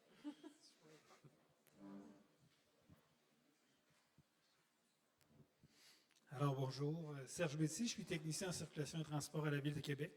Pour répondre à votre question, actuellement, la manière que c'est réglementé sur l'avenue de Mérici, c'est du stationnement qui est interdit une demi-heure le matin et une demi-heure l'après-midi, du lundi au vendredi. Ce type de réglementation-là a pour avantage d'éviter que les travailleurs se stationnent là toute la journée. Alors, en réglementant une demi-heure, c'était un choix qui a été fait par les citoyens, je vous dirais, vers la fin des années 90. Il y a d'autres types de réglementation qui existent, comme des zones de vignettes que vous connaissez. Le projet est entouré de zones de vignettes, mais à ce moment-là, ce n'est pas ce que choisissent les résidents. Alors, on ne peut pas vous garantir à ce stade-ci, mais on est à l'écoute. La réglementation qui est en place actuellement fait son travail, mais c'est des panneaux de signalisation. Donc, je vous écoute aujourd'hui, marquez vos commentaires, puis s'il y a lieu de bonifier, ben, on regardera, on l'analysera. Parfait, merci beaucoup. Donc, on avait dit qu'on prenait une dernière question. J'avais monsieur juste ici, parce qu'après ça, on va vraiment passer en atelier, on va manquer de temps sinon, mais comme je vous rappelle, on va circuler, donc les questions que vous avez ici à la table numéro 9, vous allez pouvoir les poser là, sans problème. Dans la partie est de vos constructions, celle qui est à proximité. Oui, bonjour, Claude Abonté, de Mobilisation de Ville. Dans le bâtiment de la partie est, celle qui est à proximité de l'autre bâtiment construit, est-ce que, par les deux bâtiments, est-ce que vous générez un corridor de vent dans la rue où les bâtiments ne sont pas assez hauts pour générer ça? Est-ce que c'est des choses qui ont été analysées de votre côté? C'est une bonne question. À la prochaine rencontre, on pourrait vous démontrer des analyses là, claires, une analyse de vent, effectivement. Je vous invite à noter la préoccupation. Donc, on va être rendu à la portion atelier de la rencontre. Donc, on a prévu 30 minutes pour des discussions en sous-groupe. Donc, vous allez être invités à partager vos réactions par rapport au projet. D'ailleurs, je vous informe que les deux présentations, les documents sont actuellement en ligne. Donc, si vous voulez les consulter sur vos téléphones intelligents, il n'y a pas de problème. Sinon, on répond aux questions. Je vous demanderai juste de rester assis le temps que je donne les instructions, puis après ça, on se lance, d'accord? Donc, on vous invite à remplir le canevas de prise de notes pour vous aider à exprimer vos préoccupations et vos réactions. On vous demande d'écrire lisiblement. Chaque sous-groupe va être invité à se nommer une personne qui va agir comme porte-parole pour rapporter les éléments centraux, les faits saillants de vos discussions lors de la plénière. Donc, je le répète, 30 minutes. On va revenir ensuite en grand groupe pour résumer en 2-3 minutes chacun. Donc, les 3 questions qui vous sont posées. Quelles sont vos réactions par rapport au projet qui a été présenté ce soir? Quels sont les éléments du projet qui pourraient être améliorés? Pourquoi? Comment ils pourraient être améliorés? Donc, c'est des suggestions. Puis, est-ce qu'il y a des points forts au projet présenté? Donc, on se lance 30 minutes. Si vous avez des questions, levez la main, on va venir vous voir. Donc, on revient vers 20h45.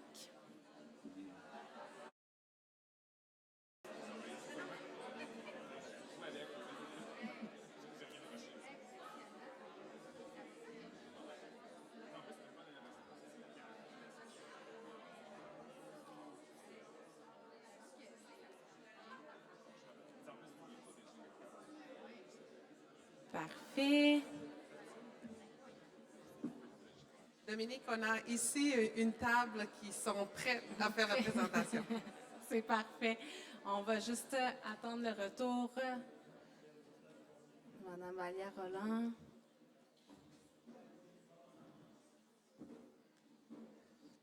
Merci Larouche. Ok, je savais pas. Parfait. Donc, on va être rendu à la plénière. On vous invite à synthétiser là, en 2-3 minutes les idées dont vous avez discuté. Puis, si l'équipe précédente ou les équipes précédentes ont déjà mentionné l'idée, peut-être moins l'élaborer, vous pouvez mentionner que vous êtes d'accord avec les points, mais on va essayer là, de ne pas redire exactement ce qui a été dit par les équipes précédentes. Donc, Christina, Oui, alors on commence par la table numéro 2. Bonsoir tout le monde, mon nom est Michel Johnson, résident du quartier Montcalm. Donc ici, ce qu'on a pour répondre à la première question, quelles sont vos réactions par rapport au projet? C'était unanime pour dire que c'était beaucoup mieux qu'en 2021. On voyait aussi que ça répond bien aux enjeux de société et à la vitalité de quartier. Il y a aussi un point important qui est en lien avec la difficulté à accéder à la propriété. On sait que maintenant, c'est de plus en plus difficile. Donc, quels éléments du projet pourraient être améliorés? Pourquoi? Comment? Qualité se doit d'être impeccable. Notion de prestige sans pour autant être élitiste, c'est bien important. Prévoir des bornes électriques, je pense que ça, c'est prévu déjà dans le projet. Surcharge du côté sud, respecter la hauteur permise. Ce qu'on suggérait, nous autres, c'est de descendre le côté sud à 3 étages et d'augmenter le nombre d'étages du côté d'Industriel Alliance de 6 à 7. C'est à prendre ou à laisser, mais c'est vous qui allez y aller avec ça. Parfait. Quels sont les points forts du projet présenté? Bien, le respect de l'environnement, entre autres la haie sur Mérisy, c'est très important.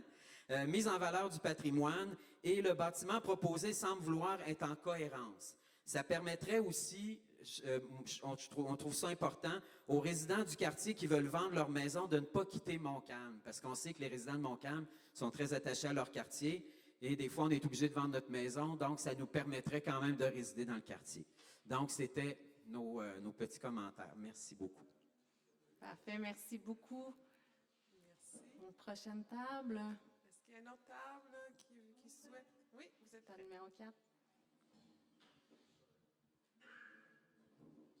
Donc, on apprécie l'idée de revenir à 3 étages côté sud. On a une grande préoccupation à l'égard du stationnement sur l'avenue de Mérisy qui borde la haie. Je cède la parole à monsieur. Donc, c'est ça. Une des considérations au niveau stationnement, ne sachant pas si les stationnements des nouveaux résidents vont être inclus dans le loyer ou ça va être en option. Donc, dans ce contexte-là, et avec leurs visiteurs, ce qu'on ne voudrait pas, c'est que l'avenue de Mérisy devienne un stationnement un peu comme ce qu'on vit à tous les étés avec le festival d'été. Donc, des voitures stationnées des deux côtés à tous les soirs. Une rue qui n'est pas très large, sans trottoir, avec de plus en plus d'enfants qui reviennent dans le secteur. Donc, une considération de sécurité assez importante. C'est une rue où il y a plusieurs tournants avec avec des voitures de chaque côté qui peut devenir aveugle pour des enfants ou des gens qui circuleraient en vélo sur la rue. Et on le voit assez souvent, même des gens qui... Quelqu'un me disait qu'avec des voitures stationnées, ça ralentit la circulation, mais depuis 30 ans, je le vois, les gens qui veulent tourner sur de l'autre, puis qui, par erreur, tournent dans notre rue. Donc là, ils s'aperçoivent qu'ils se sont trompés, puis ils accélèrent pour rattraper le temps perdu. C'est que ça, c'est quelque chose qu'on voit là, régulièrement. Donc, c'est vraiment le principal impact là, qu'on voudrait voir corrigé par, là, je parle pour moi, l'implantation pour un système de vignettes là, qui nous permettrait de gérer le stationnement sur la rue. Alors, pour terminer, je suis intéressée par l'équité. Si les voisins ont 35 mètres de marge, 30 ou 35? 34, 35 du côté Laune? Bon, plus d'une trentaine, si vous permettez. Je trouve que d'être en bas de 10 mètres pour côté Avenue Mérisy, ça mériterait de l'équité. Alors, je demande un 15, c'est à moitié chemin. Puis, qu'est-ce qu'il y avait d'autre? Ben, une suggestion, c'est que les perrons soient encastrés comme au solstice. Parce qu'ils ont le droit de dépasser, d'embarquer dans la marche. Donc, les perrons du côté sud ont le droit de dépasser d'après ce qu'on m'a expliqué. Alors, c'est tout. Parfait. Donc, merci beaucoup pour vos interventions. On a la table numéro 3 à l'avant. Oui.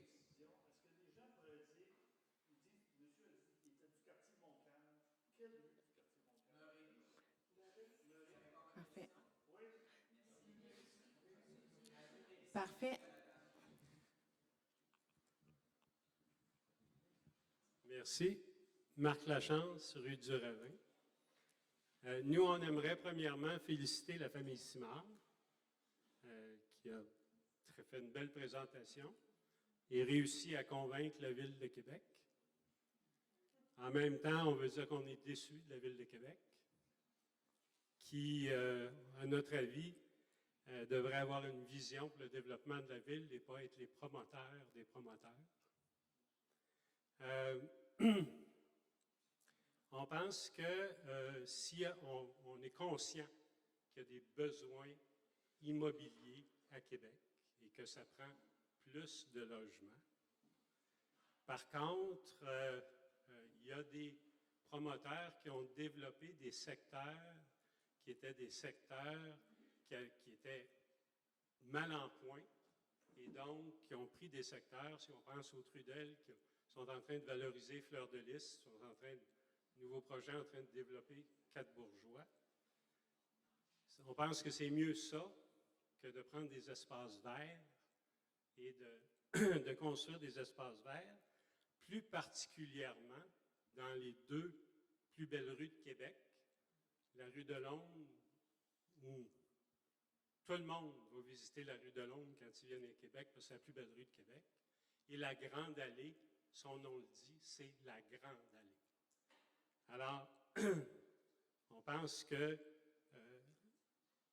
y a des lieux qui sont des lieux à préserver à Québec.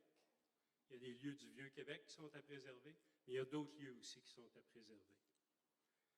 On a comparé ça au secteur du solstice, parce qu'on a construit le solstice, on a dit on a fait ça à côté, donc il faudrait faire ça là aussi. Pas un super argument, messieurs et mesdames de la Ville. Le solstice, premièrement, je ne suis pas sûr que c'est un succès, là, mais en plus, le solstice, il ne nuit pas à des résidences unifamiliales. Le solstice, il est devant les jardins Mérisy, les édifices à 15 étages de haut. Là, vous venez construire des édifices en hauteur face à des résidences unifamiliales. Ce n'est pas tout à fait pareil. Ça me fait penser un peu cette construction-là quand j'avais 17 ans, j'étudiais, je revenais du Vieux-Québec, puis je montais Grande Allée. C'était dans le temps où le maire de la Montagne construisait le complexe G, puis il avait jeté à terre, la ville encore, avait jeté à terre des magnifiques résidences le long de Grande Allée. Excusez, ça montre mon âge. Mais il avait jeté à terre des magnifiques résidences pour construire ce qu'on appelle aujourd'hui le calorifère, le complexe J puis le complexe H. Alors, il avait décidé qu'il ferait moderne. Bien, ça fait moderne, mais on avait des magnifiques résidences, comme on a un peu plus loin, là, sur Grande Allée, devant, sur le plateau. Plein de belles résidences qui ont été jetées à terre. Alors, c'est un peu la même chose. L'autre élément que j'ai vu, que nous avons vu là, dans la présentation du projet, c'est plein d'arbres. C'est pas du tout clair, puis pour quelqu'un qui en a déjà fait, que tous ces arbres-là vont survivre. Il y a des experts qui le disent, là. Mais, oui, je sais que vous allez venir. OK. Les gens ici, puis ce qui a été analysé, là, Oui. vous êtes probablement On connaît expert les dans analyses, tout, mais je quand- pense qu'on va répondre. C'est-tu mon temps de parole? Excusez. OK. Parce que moi, j'en ai déjà fait aussi, puis je n'ai déjà consulté des experts, mais quand les contracteurs rentrent avec les chenilles, ils ne réussissent pas tout le temps. Parfait. Donc, on va vous inviter à finir de répondre au... Pour finir, la hauteur actuelle, on n'est pas d'accord dans notre groupe. Alors, voilà. Merci. Compléter, 2 points que je voulais souligner, c'est d'améliorer la sécurité pour les piétons et pour les cyclistes dans tout ce secteur-là. Ça inclut le projet, mais pas seulement. Tout ce secteur-là où les piétons vont prendre leur marche dans la rue et pour les vélos, ben, c'est un peu périlleux aussi. Alors, un dernier point, si on veut peut-être que moi, je n'ai pas d'auto, fait que je suis un peu un électron libre, là, ou un peu bizarre, mais si on veut essayer d'atténuer l'impact de la circulation, pourrait-on augmenter l'offre de services des autobus, la 11, la 25, qui passent dans ce coin-là? Merci. Parfait. Merci, Donc, merci beaucoup. merci beaucoup. Oui. Mais j'entends bien ce que vous me dites. Oui, alors on a la table numéro 5. Oui, bonsoir, Gaëtan Patnaud. Je suis résident des Jardins Mérici depuis 17 ans et j'habite Montcalm depuis 25 ans, après 40 ans dans la région de Montréal. Donc, est-ce que je suis un vrai Québécois? Tout d'abord, moi, je reviens sur la première pastille présentée par le groupe CIMAR. Famille, personnes seules, retraitées. Moi, je fais partie des 2 derniers. Ça devrait devenir une politique publique en termes de volonté d'aménagement, en termes d'habitation. On parle de mixité, l'expérience de la pandémie avec les désastres des CHSLD, des gens qui sont parqués dans des endroits seuls. Moi, je souhaite qu'on développe une politique de mixité au niveau de la mixité d'habitation citoyenne. Ça serait un plus pour l'ensemble de notre société. Et si ce projet-là peut aider à développer et encourager d'autres promoteurs à aller dans le même sens et que ça se développe sur l'ensemble du territoire du Québec, ce serait extraordinaire. Quelles sont les réactions par rapport au projet? La question de la circulation, les difficultés durant les travaux. On a vu, moi j'ai vécu les travaux du solstice. Monsieur parlait de construction de 10 étages devant le Mérici. Moi j'habite en face, ça a un impact certain. Moi aussi je suis sans voiture depuis toute ma vie, donc vous n'êtes pas un électron libre. Je pense qu'on devrait être plus comme nous. Peut-être que les tramways, on aurait une écoute plus attentive de nos gouvernements sur l'importance de développer des transports publics. La durée des travaux, combien de temps? Le corridor de vent sur la rue Mérici à évaluer. La question de l'accès citoyen. Actuellement, on sait que lorsque l'Auto-Québec a vendu son immeuble à l'Alliance, il y a, je ne me rappelle plus combien de temps, je crois avoir lu qu'il y avait une entente qui préservait l'accès des espaces verts aux citoyens. Évidemment, si on construit, il y aura des gens qui vont habiter, mais l'idée serait comment peut-on préserver un accès aux espaces verts dans le projet tel qu'il est présenté, tout en quand je dis un accès, c'est pas on a les plaines à côté, donc on a un accès, on a le bois de Coulonges pas loin. C'est la même chose, c'est des endroits beaucoup plus larges qui permettent l'activité physique de toutes sortes. L'espace en arrière adjacent à l'édifice L'Auto-Québec, vous me permettez de garder l'histoire. Comment on peut le préserver? Comment on peut l'aménager pour qu'il demeure ouvert et accessible tout en préservant les droits, l'aspect paisible des citoyens qui vont y habiter? Donc, pour l'aspect citoyen, les installations, qu'est-ce qu'on va proposer comme installation? On parle de famille, on parle d'enfants. Donc, comment tout ça va s'aménager pour que ce soit à la fois paisible et accueillant et intéressant?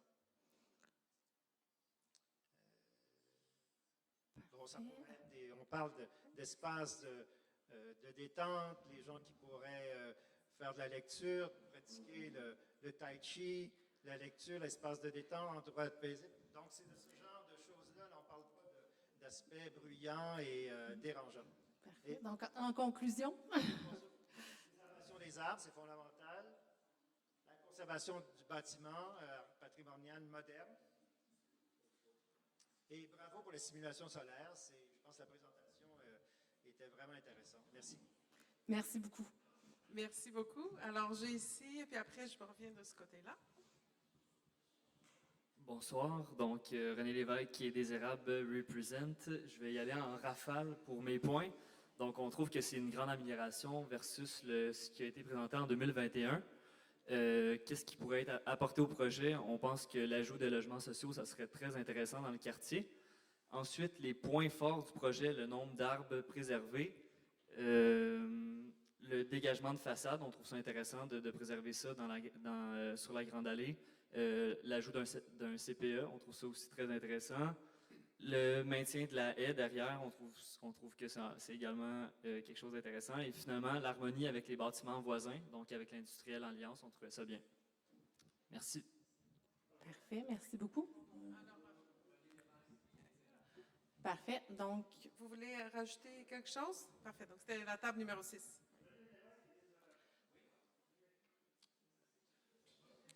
On va laisser le temps de parole aux tables. Merci. Bonsoir, Mario Jobin, je suis résident des Jardins Mérici, juste à côté. Ici à la table, j'ai été plutôt observateur parce que je suis architecte de profession. Alors, je suis architecte, finalement. Alors, le seul commentaire que j'aurais, moi, c'est par rapport à ce site. Je n'ai pas fait le tour du projet, je m'abstiens, mais je pense que c'est un site qui se travaille à partir du centre. Vous le travaillez en périphérie. C'est un site qui se travaille à partir du centre. C'est ce que je veux apporter. Par contre, ça remet en question peut-être la densité de votre immeuble. Mais je pense que si vous le travaillez par le centre, ça serait beaucoup plus aisé. C'est tout ce que j'avais à dire. Merci. Parfait, merci pour votre intervention. Donc, Christina, on a la table ici, numéro 9 à l'avant. Numéro 9, puis après le numéro 8. Excusez-moi, monsieur, s'il vous plaît. Tout le monde ce soir a le droit de s'exprimer. C'est une rencontre publique. Alors, oui, bonsoir, monsieur. Alors, oui, bonsoir. Louis-Philippe Roux, résident de la rue de l'Aune. Donc, je salue le travail aussi d'amélioration qui a été proposé. Je tiens à dire, par contre, que ce travail-là a été fait par la concertation de plusieurs personnes, dont les gens avoisinants, parce que si ça n'avait pas été ça, on aurait un projet beaucoup plus massif. Il faut considérer que les présences ici ce soir sont très importantes. La consultation est très importante et les commentaires sont très importants aussi. Quelques éléments. Oui, je passe la parole, madame. On s'est beaucoup battu pour arriver là, je vais prendre le temps de parole quand même. On va peut-être en prendre 4. Je me demande toujours pourquoi on ne respecte pas le PPU. Cependant, ça vient toujours un peu, peut-être en conjonction avec ce que monsieur vient d'avancer ici. Si on respectait le PPU, il y aurait quand même une construction, on améliorerait quand même la densité, on favoriserait le logement et on ne désavantagerait pas le voisinage. Fait que c'est la question que je pose. Pourquoi ne pas respecter le PPU si ce n'est que pour faire plus de gains? Fait que ça, c'est mon commentaire. J'ai le droit de parole, vous pourrez réagir par la suite. La qualité des matériaux, ça devient quand même important aussi. Là, M. Taitu l'a mentionné tantôt, c'est une préoccupation du secteur aussi, là, dans la construction qu'il va y avoir. Évidemment, on ne veut pas empêcher personne de construire sur des terrains qui leur appartiennent, mais c'est quand même important là, à considérer aussi. Et là, je pense que je vais laisser la parole à madame. Là. Moi, j'avais des préoccupations. Alors, les 150 logements, peut-être que vous l'avez dit, là, mais combien de 5,5? Combien de 4,5? Combien de... On n'est pas rendu là dans notre réflexion parce qu'on vous présente un projet puis on n'est pas... il est embryonnaire, on est venu vous écouter un peu avant. OK, maintenant, évidemment, moi, si vous voulez avoir des familles, ça prendrait plus de 5,5 que de studios. Bon, c'est mon commentaire. Et puis, ensuite, le CPE, c'est bien. Maintenant, moi, ma préoccupation, parce que j'ai vécu le solstice, d'accord? Puis, je peux vous dire qu'il y a des journées, là, c'était pas une rue qu'on avait, c'était de la boîte. OK? Puis, on a bien organisé les camions, c'est-à-dire que les camions ne sortaient pas parce qu'il aurait pu sortir par Mérisy, sur Mérisy. Moi, j'habite Mérisy, 8e étage. Bon. Oui, très bien. Ça a été très bien réparti. Donc, je souhaite que les constructeurs actuels fassent la même chose. Donc, que les camions circulent par d'autres rues que la rue des Jardins-Mérisy. D'accord? Ensuite, il y avait aussi la propreté, parce que j'ai été obligée d'appeler la ville à plusieurs occasions pour dire « c'est sale, ça n'a pas de bon sens ». Puis on m'a dit « on va voir, si c'est pas fait, on le fait, puis on envoie le compte au constructeur ». Ça a été fait, mais une fois ou deux. Mais à un moment donné, j'aurais dû être plus vigilante. À un moment donné, on se tanne d'appeler tout le temps le 311.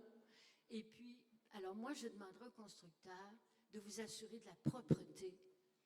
Parce qu'il y a des journées où il pleut, puis qu'on transporte de la terre, puis qu'il y a un camion qui en échappe. C'est pas beau. Et puis, c'est tout. C'est tout. Merci. Parfait. Merci beaucoup. Est-ce qu'on avait un élément de réponse concernant la densité? Le PPU, oui. Peut-être juste prendre le micro.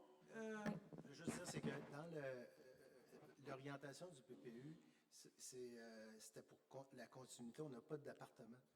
C'est pour ça qu'on est là à s'en parler, mais on fait faire de logement. C'est pour ça que je l'ai précisé tantôt.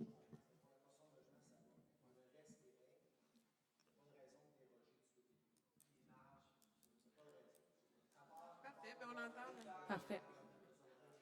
Je vais... Parfait.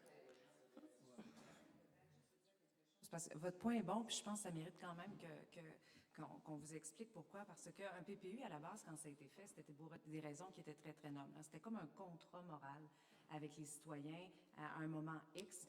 Et la photo qu'on avait quand on a pris les démarches, je n'étais pas là à ce moment-là à la ville, là, mais quand tout ça s'est fait, c'est que le PPU a été fondé en fonction de la photo du secteur à un moment précis. Donc, or, aujourd'hui, quand même, on a évolué. Il y a quelques semaines, moi, j'étais à Sainte-Foy pour des modifications au PPU sur un total de 450, si je ne me trompe pas, différents projets qui permettaient 450 unités supplémentaires. Et c'était le plus vieux PPU, le plateau centre de Sainte-Foy à la ville, qui datait de 2012. Donc, c'est sûr qu'en 2012, puis celui de PPU Belvédère, il date de il est plus récent, il est beaucoup plus récent, il date de 2017, mais c'est sûr qu'en 2017, on ne faisait pas face au même contexte qu'aujourd'hui, notamment au niveau de la pénurie de logement, puis notamment au niveau des défis qui sont propres, qui sont les nôtres aujourd'hui. Donc, je suis d'accord avec vous que c'est vrai, si on faisait foi uniquement du PPU, puis on regardait juste avec la lorgnette qu'on avait en 2017 à ce moment-là, on se poserait la question pourquoi on veut rouvrir ça. En 2024, aujourd'hui, on a des défis qui sont supplémentaires. Donc, c'est pour ça qu'on est ici aujourd'hui. Maintenant, est-ce qu'on va arriver avec uniquement le meilleur projet, le projet parfait? La réponse est non. Mais c'est pour ça le projet, il est perfectible aujourd'hui. C'est pour ça qu'on fait cet exercice-là, qu'on vient vers vous. Madame Simard l'a dit, on vient vous entendre. Donc, tout n'a pas été encore attaché. On a encore du jeu. Et quand on va revenir vers vous, les prochaines étapes vont vous être présentées par Dominique tout à l'heure. C'est là qu'on va vous dire tout ce qui a été fait, notamment en termes de circulation. La Ville, qu'est-ce qu'elle a prévu comme mesure de mitigation pour venir répondre à Madame? Aujourd'hui, on est vraiment dans les prémices. Donc, vous faites bien de vous exprimer. C'était l'objectif ce soir.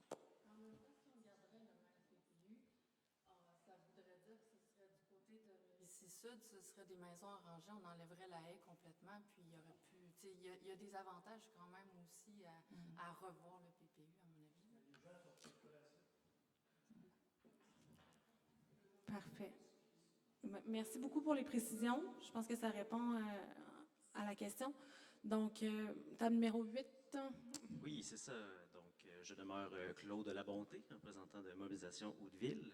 Alors, pendant que ça parlait, ça s'est garni, le tableau ici. Non, pas grand-chose de nouveau. Donc, il y a quand même certaines inquiétudes au niveau sud, au niveau de l'avenue Mérisy, pour la marge, n'est-ce pas? Oui, la marge côté sud, entre la rue pour la conservation des arbres. Puis, ouais, le nombre d'étages aussi, voilà, qui est passé à 4. Fait que peut-être une préférence pour que ça demeure à 3. Sinon, bien, globalement, c'est quand même mieux parce que même s'il y a un aspect que pour le PPU, on a quand même senti un réel intérêt de montrer qu'est-ce qui va être le bâtiment, puis une vraie transparence là-dedans. Fait que c'est quand même vraiment bien. Il y a beaucoup de choses qui ont été dites déjà. Enfin, par rapport encore rue Mérisy. L'idée qu'on a eue, c'est qu'il y a le pavillon au centre de l'espèce de parc dans le milieu. C'est de peut-être le déplacer, le conserver puis le déplacer, parce que je pense qu'il va y avoir certains intérêts, qui est à le déplacer vers l'ouest, là, ce qui va avoir encore la grande rangée d'arbres. Concernant les enjeux de stationnement, ben là, on avait juste lancé des communautaux qui pourraient être aussi envisagés pour faciliter les déplacements. Ensuite, qu'est-ce qui s'est ajouté?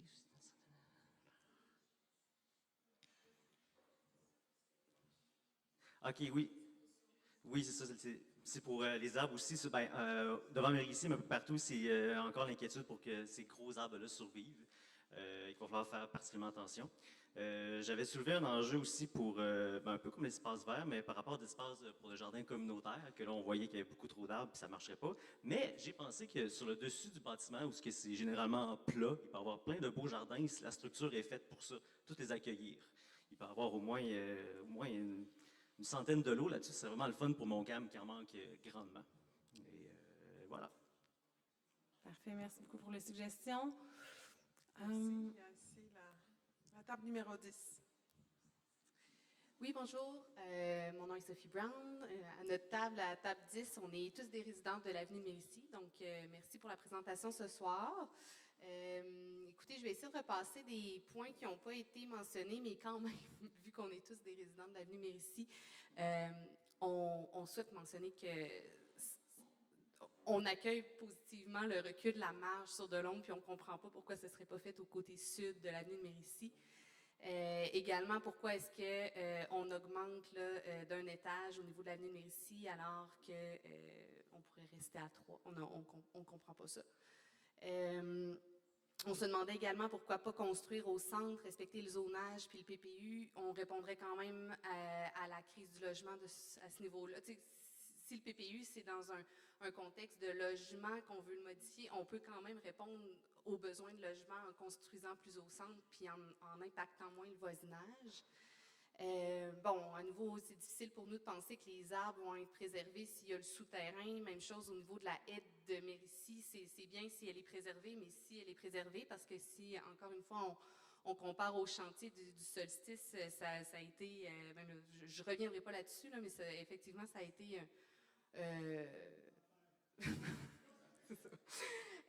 moi, au niveau une préoccupation plus personnelle que j'ai 2 jeunes enfants en bas âge sur l'avenue de Mérisy. Il n'y a pas beaucoup d'enfants sur l'avenue de Mérisy, mais il y en a quand même, puis on espère en accueillir davantage. Je suis vraiment préoccupée par les stationnements et par la gestion du chantier. C'est sûr que les camions vont passer, vont faire le tour dans le rond-point, c'est un cul-de-sac. Puis même chose pour le stationnement par la suite. Je ne réexpliquerai pas les enjeux sur l'avenue Mérisy, mais ça, c'est peut-être plus un aspect au niveau de la ville à gérer. Mais il faut que ce soit pris en considération. Les gens roulent déjà très vite sur notre rue, puis moi, je suis préoccupée par la sécurité de mes enfants. Donc, c'est dit, c'est noté. Merci par rapport à ça. Et sinon, on se demandait au niveau de, la cour intérieure, c'est intéressant, encore une fois, certains de mes voisins se sont promenés dans la cour intérieure au solstice. À ce qui paraît, c'est extrêmement bruyant à cause de la climatisation, puis qu'il n'y a personne qui se tient là, finalement.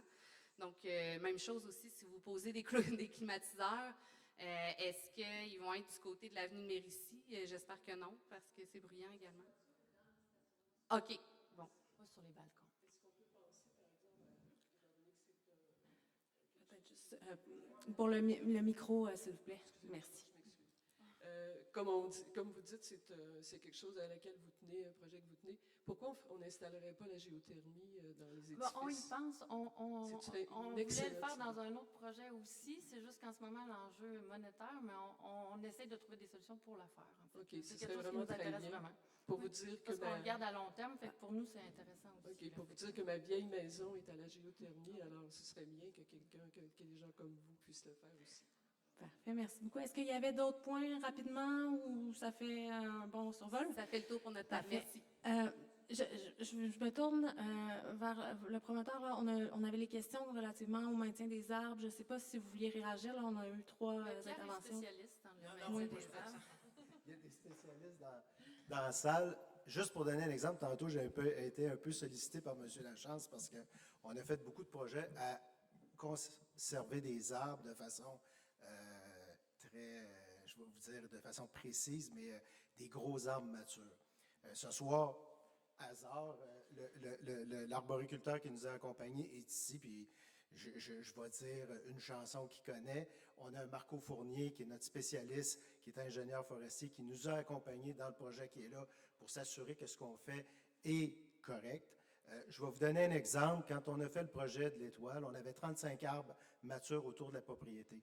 Accompagné de M. Lamontagne dans ce dossier-là, on a fait la protection des arbres et on a excavé à 5 pieds du bord du tronc 3 étages parce qu'on devait avoir des stationnements souterrains. Et sur les 35, puis on a coupé des branches, on a fait enlever les systèmes racinaires et on en a perdu un sur toute la gang pendant le cours de ces travaux-là.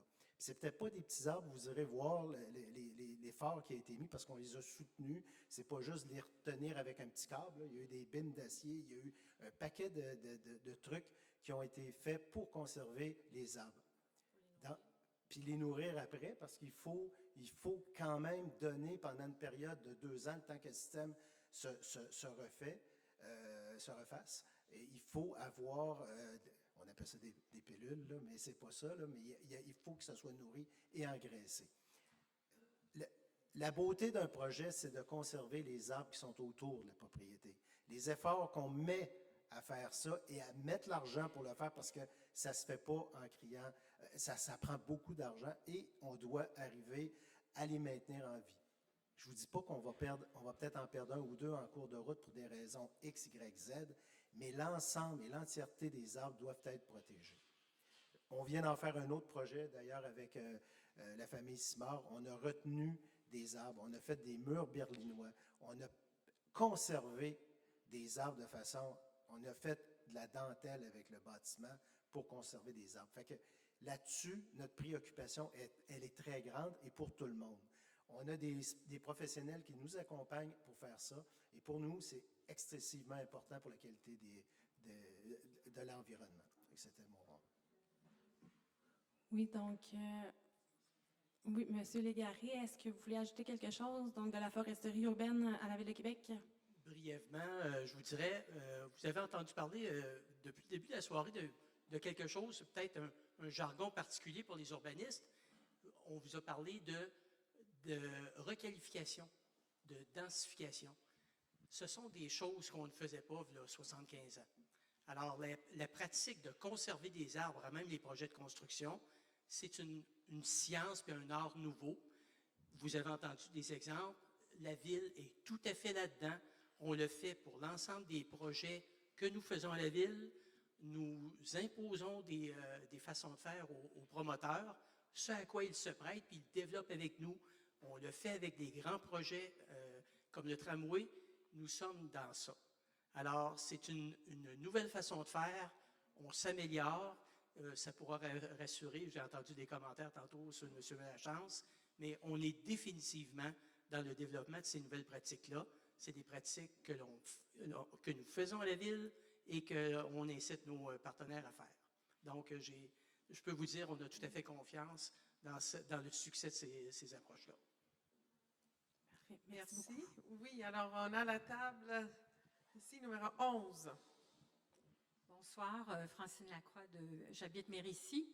Alors, à la table, il y a déjà beaucoup de choses qui ont été dites, mais une des réactions qu'on a eues par rapport au projet, Évidemment, c'est l'ensoleillement du côté de Grande Allée Nord qui va se perdre, notamment en hiver, là, quand tout le feuillage sera parti. Donc, il y a une perte de ce côté-là. Ça a été quand même, disons, un impact négatif qu'on voit. De façon générale, nous aussi, on a trouvé qu'il y avait quand même un projet amélioré avec un accueil quand même positif. Le fait de retrouver des marches sur Grande Allée, bon, dans les points positifs, le fait aussi d'isoler le bâtiment l'Auto-Québec du projet, pour nous, c'était intéressant plutôt que de l'implanter à même le bâtiment actuel. La sauvegarde d'un plus grand nombre d'arbres, ça aussi. La hauteur revue à la baisse, mais pourquoi pas y aller encore plus bas pour le voisinage immédiat. Nous, c'est quelque chose aussi qu'on a dit. Dans les éléments, bon, on avait quand même des questions qui peuvent pas nécessairement avoir une réponse ce soir, mais on se disait, on soupçonne que la circulation est probablement sous-estimée. Donc peut-être en tout cas d'avoir une étude qui soit bonifiée ou du moins d'en tenir compte parce qu'on a vécu et on vit encore la circulation qui est de plus en plus dense. On se demandait d'ailleurs si le stationnement souterrain était payant parce que ça, on voit déjà avec le solstice des répercussions dans les rues autour. Les gens ne veulent pas payer, donc ils se stationnent partout. Qualité des matériaux, on en a parlé. On se demandait si les animaux étaient permis. Parce qu'on voit déjà une densité des animaux autour. Donc, on se demandait s'il y allait avoir des petits animaux. Je sais qu'il y a une tendance de ce côté-là, mais quand même, on se posait des questions. On s'est même posé une question sur l'impact de la valeur mobilière autour par rapport à l'unifamilial, d'une certaine densité comme ça qui grandit. Et même une préoccupation de voir, au-delà de la perte des arbres pendant le chantier, comme ce sont tous des arbres matures, évidemment, ils vont arriver à une fin de vie naturelle. Donc, est-ce qu'on pense à replanter parce qu'on veut garder une canopée à venir et non pas juste une génération d'arbres, parce que là, ils sont tous matures à la même âge. Donc, voilà, ça résume notre propos. Parfait, merci beaucoup. Bonjour. Moi, c'est Yann Brassard. On réside au 950 Grande Allée Ouest. On habite là depuis 3 ans environ. Puis on avait acheté beaucoup pour l'ensoleillement, justement, qu'on a mentionné au début. Je travaille comme, c'est ça, courtier immobilier résidentiel et commercial chez Sotheby's International Realty. Puis, j'ai travaillé avec des promoteurs et je travaille encore avec des promoteurs. Je comprends tout le projet. Je trouve ça beau. La présentation est belle. Il y a des petites affaires à améliorer, effectivement, mais je ne comprends pas du côté de la ville, avec toute cette pression, justement, sociale-là, puis de la crise du logement, pourquoi on ne respecte pas le zonage, en soi? Pourquoi, effectivement, faisons ce qu'il y a à faire, puis on ne serait pas là aujourd'hui, en fait. Les promoteurs pourraient passer à un autre projet, puis faire juste respecter les limites, puis that's it. Là. Moi, c'est ce que je comprends pas. On serait tous d'accord si toutes les limites seraient respectées. Puis, moi, c'est sûr que je me sens... On a une maison unifamiliale. Il y aurait possibilité de faire un logement en bas.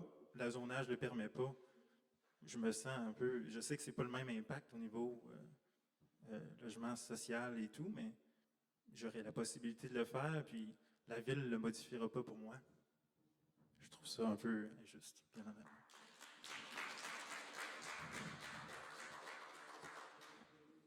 Parfait, merci. Bonjour, Jean-Michel Simard, un des promoteurs du projet. Pour répondre à ta question, tu parles d'enjeu social. Est-ce qu'il y a un enjeu social à construire du bureau à Québec? Je ne penserais pas. Le zonage qui permet sur le terrain, c'est de construire une immense tour à bureau.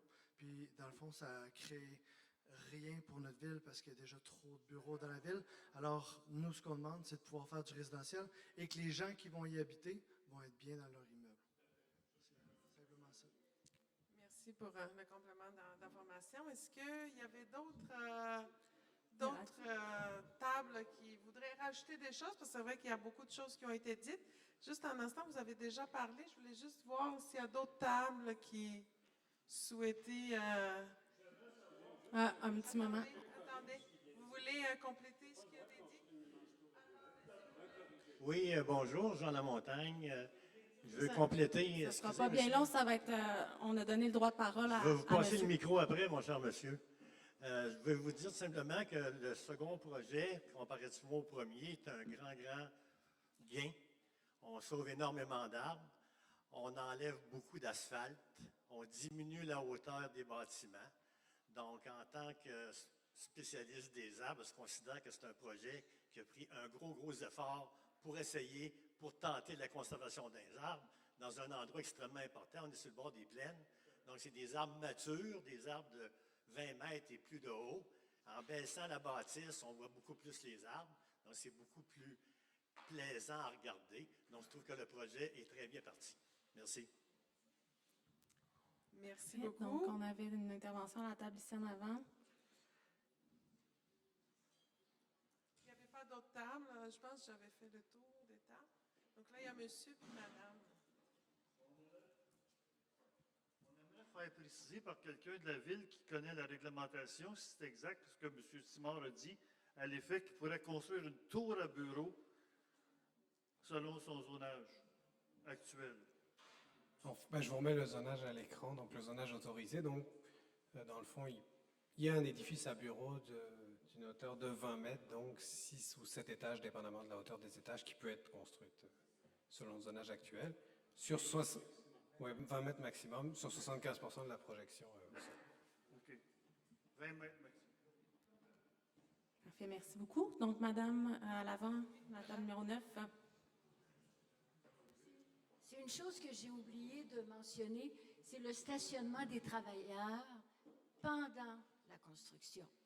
Il ne faut pas qu'ils viennent que le constructeur prévoit des stationnements spécifiques pour ces travailleurs et non pas qu'ils viennent se parquer dans le stationnement du Mérici, comme ça s'est passé la dernière fois. Parfait. Merci. On entend vos préoccupations pour le moment de la construction. Donc, je pense qu'on a fait le tour des tables. On avait une dernière intervention? Parfait. Je me suis demandé par rapport à la gestion de l'eau et aussi des panneaux solaires. Dans ce contexte-là, les arbres, en tout cas pour Mérici Sud, c'est l'eau, comment l'eau se rendrait à ces arbres avec le fait qu'il y aurait les bâtiments si proches. Ça, c'est quelque chose qui m'est venu à l'esprit, puis on a oublié d'en parler. La gestion de l'eau, vous n'avez plus de corridor entre le U, là. Il n'y a pas de zone de circulation du ruissellement de l'eau. Comment ça va se passer? J'imagine que vous y avez pensé. Est-ce qu'on avait des éléments de réponse du côté de la foresterie urbaine? Sinon, on Est-ce va que le c'est des prendre choses comme qui étaient des préoccupation. exactement. C'est On ça. va Tout le ce qui est prendre là comme ce soir, c'est des exactement. pistes pour aller explorer. Parfait. Bon, ben super. Donc, on a fait le tour des tables. Merci beaucoup d'avoir pris part à l'exercice. Merci de nous laisser aussi vos napperons, vos écrits. C'est sûr que ça va, tout ce qui a été discuté ce soir, ça va se retrouver dans un compte-rendu qui va être rendu public sur la page web du projet, qui va être déposé au conseil d'arrondissement, qui va être analysé par les équipes. Juste avant de quitter, s'il vous plaît, je veux juste donner la parole aussi à nos élus pour un petit mot. Oui. Puis, dans le fond, les prochaines étapes, si un projet semblable à ce qui vous a été présenté ce soir allait de l'avant, bien, c'est sûr qu'on revient vers vous dans une consultation publique pour présenter les modifications réglementaires qui permettraient à la réalisation du projet. Donc, ce n'est pas la dernière fois qu'on se rencontre sur ce projet-là. Donc, je vous cède la parole, mesdames. Oui, merci. Merci, Dominique. Alors, écoutez, il est tard, mais je voulais vous remercier sincèrement de votre participation. Vos commentaires, effectivement, ont été très constructifs. Ça permet, l'objectif, c'était d'alimenter, effectivement, l'équipe du promoteur, donc de permettre aussi des ajustements au projet. Donc, comme Dominique l'a mentionné, il y a plusieurs étapes aussi à venir, donc je vous invite à rester attentifs. Donc, sur le site Internet de la Ville de Québec, toute l'information sera disponible. Et bien sûr, lorsqu'il y aura une consultation, à nouveau, vous recevrez à la maison aussi, comme ça a été le cas pour ce soir, de l'information pour vous permettre à nouveau d'y participer. Alors, merci toutes les personnes qui ont pris la parole ce soir et bonne soirée à tous.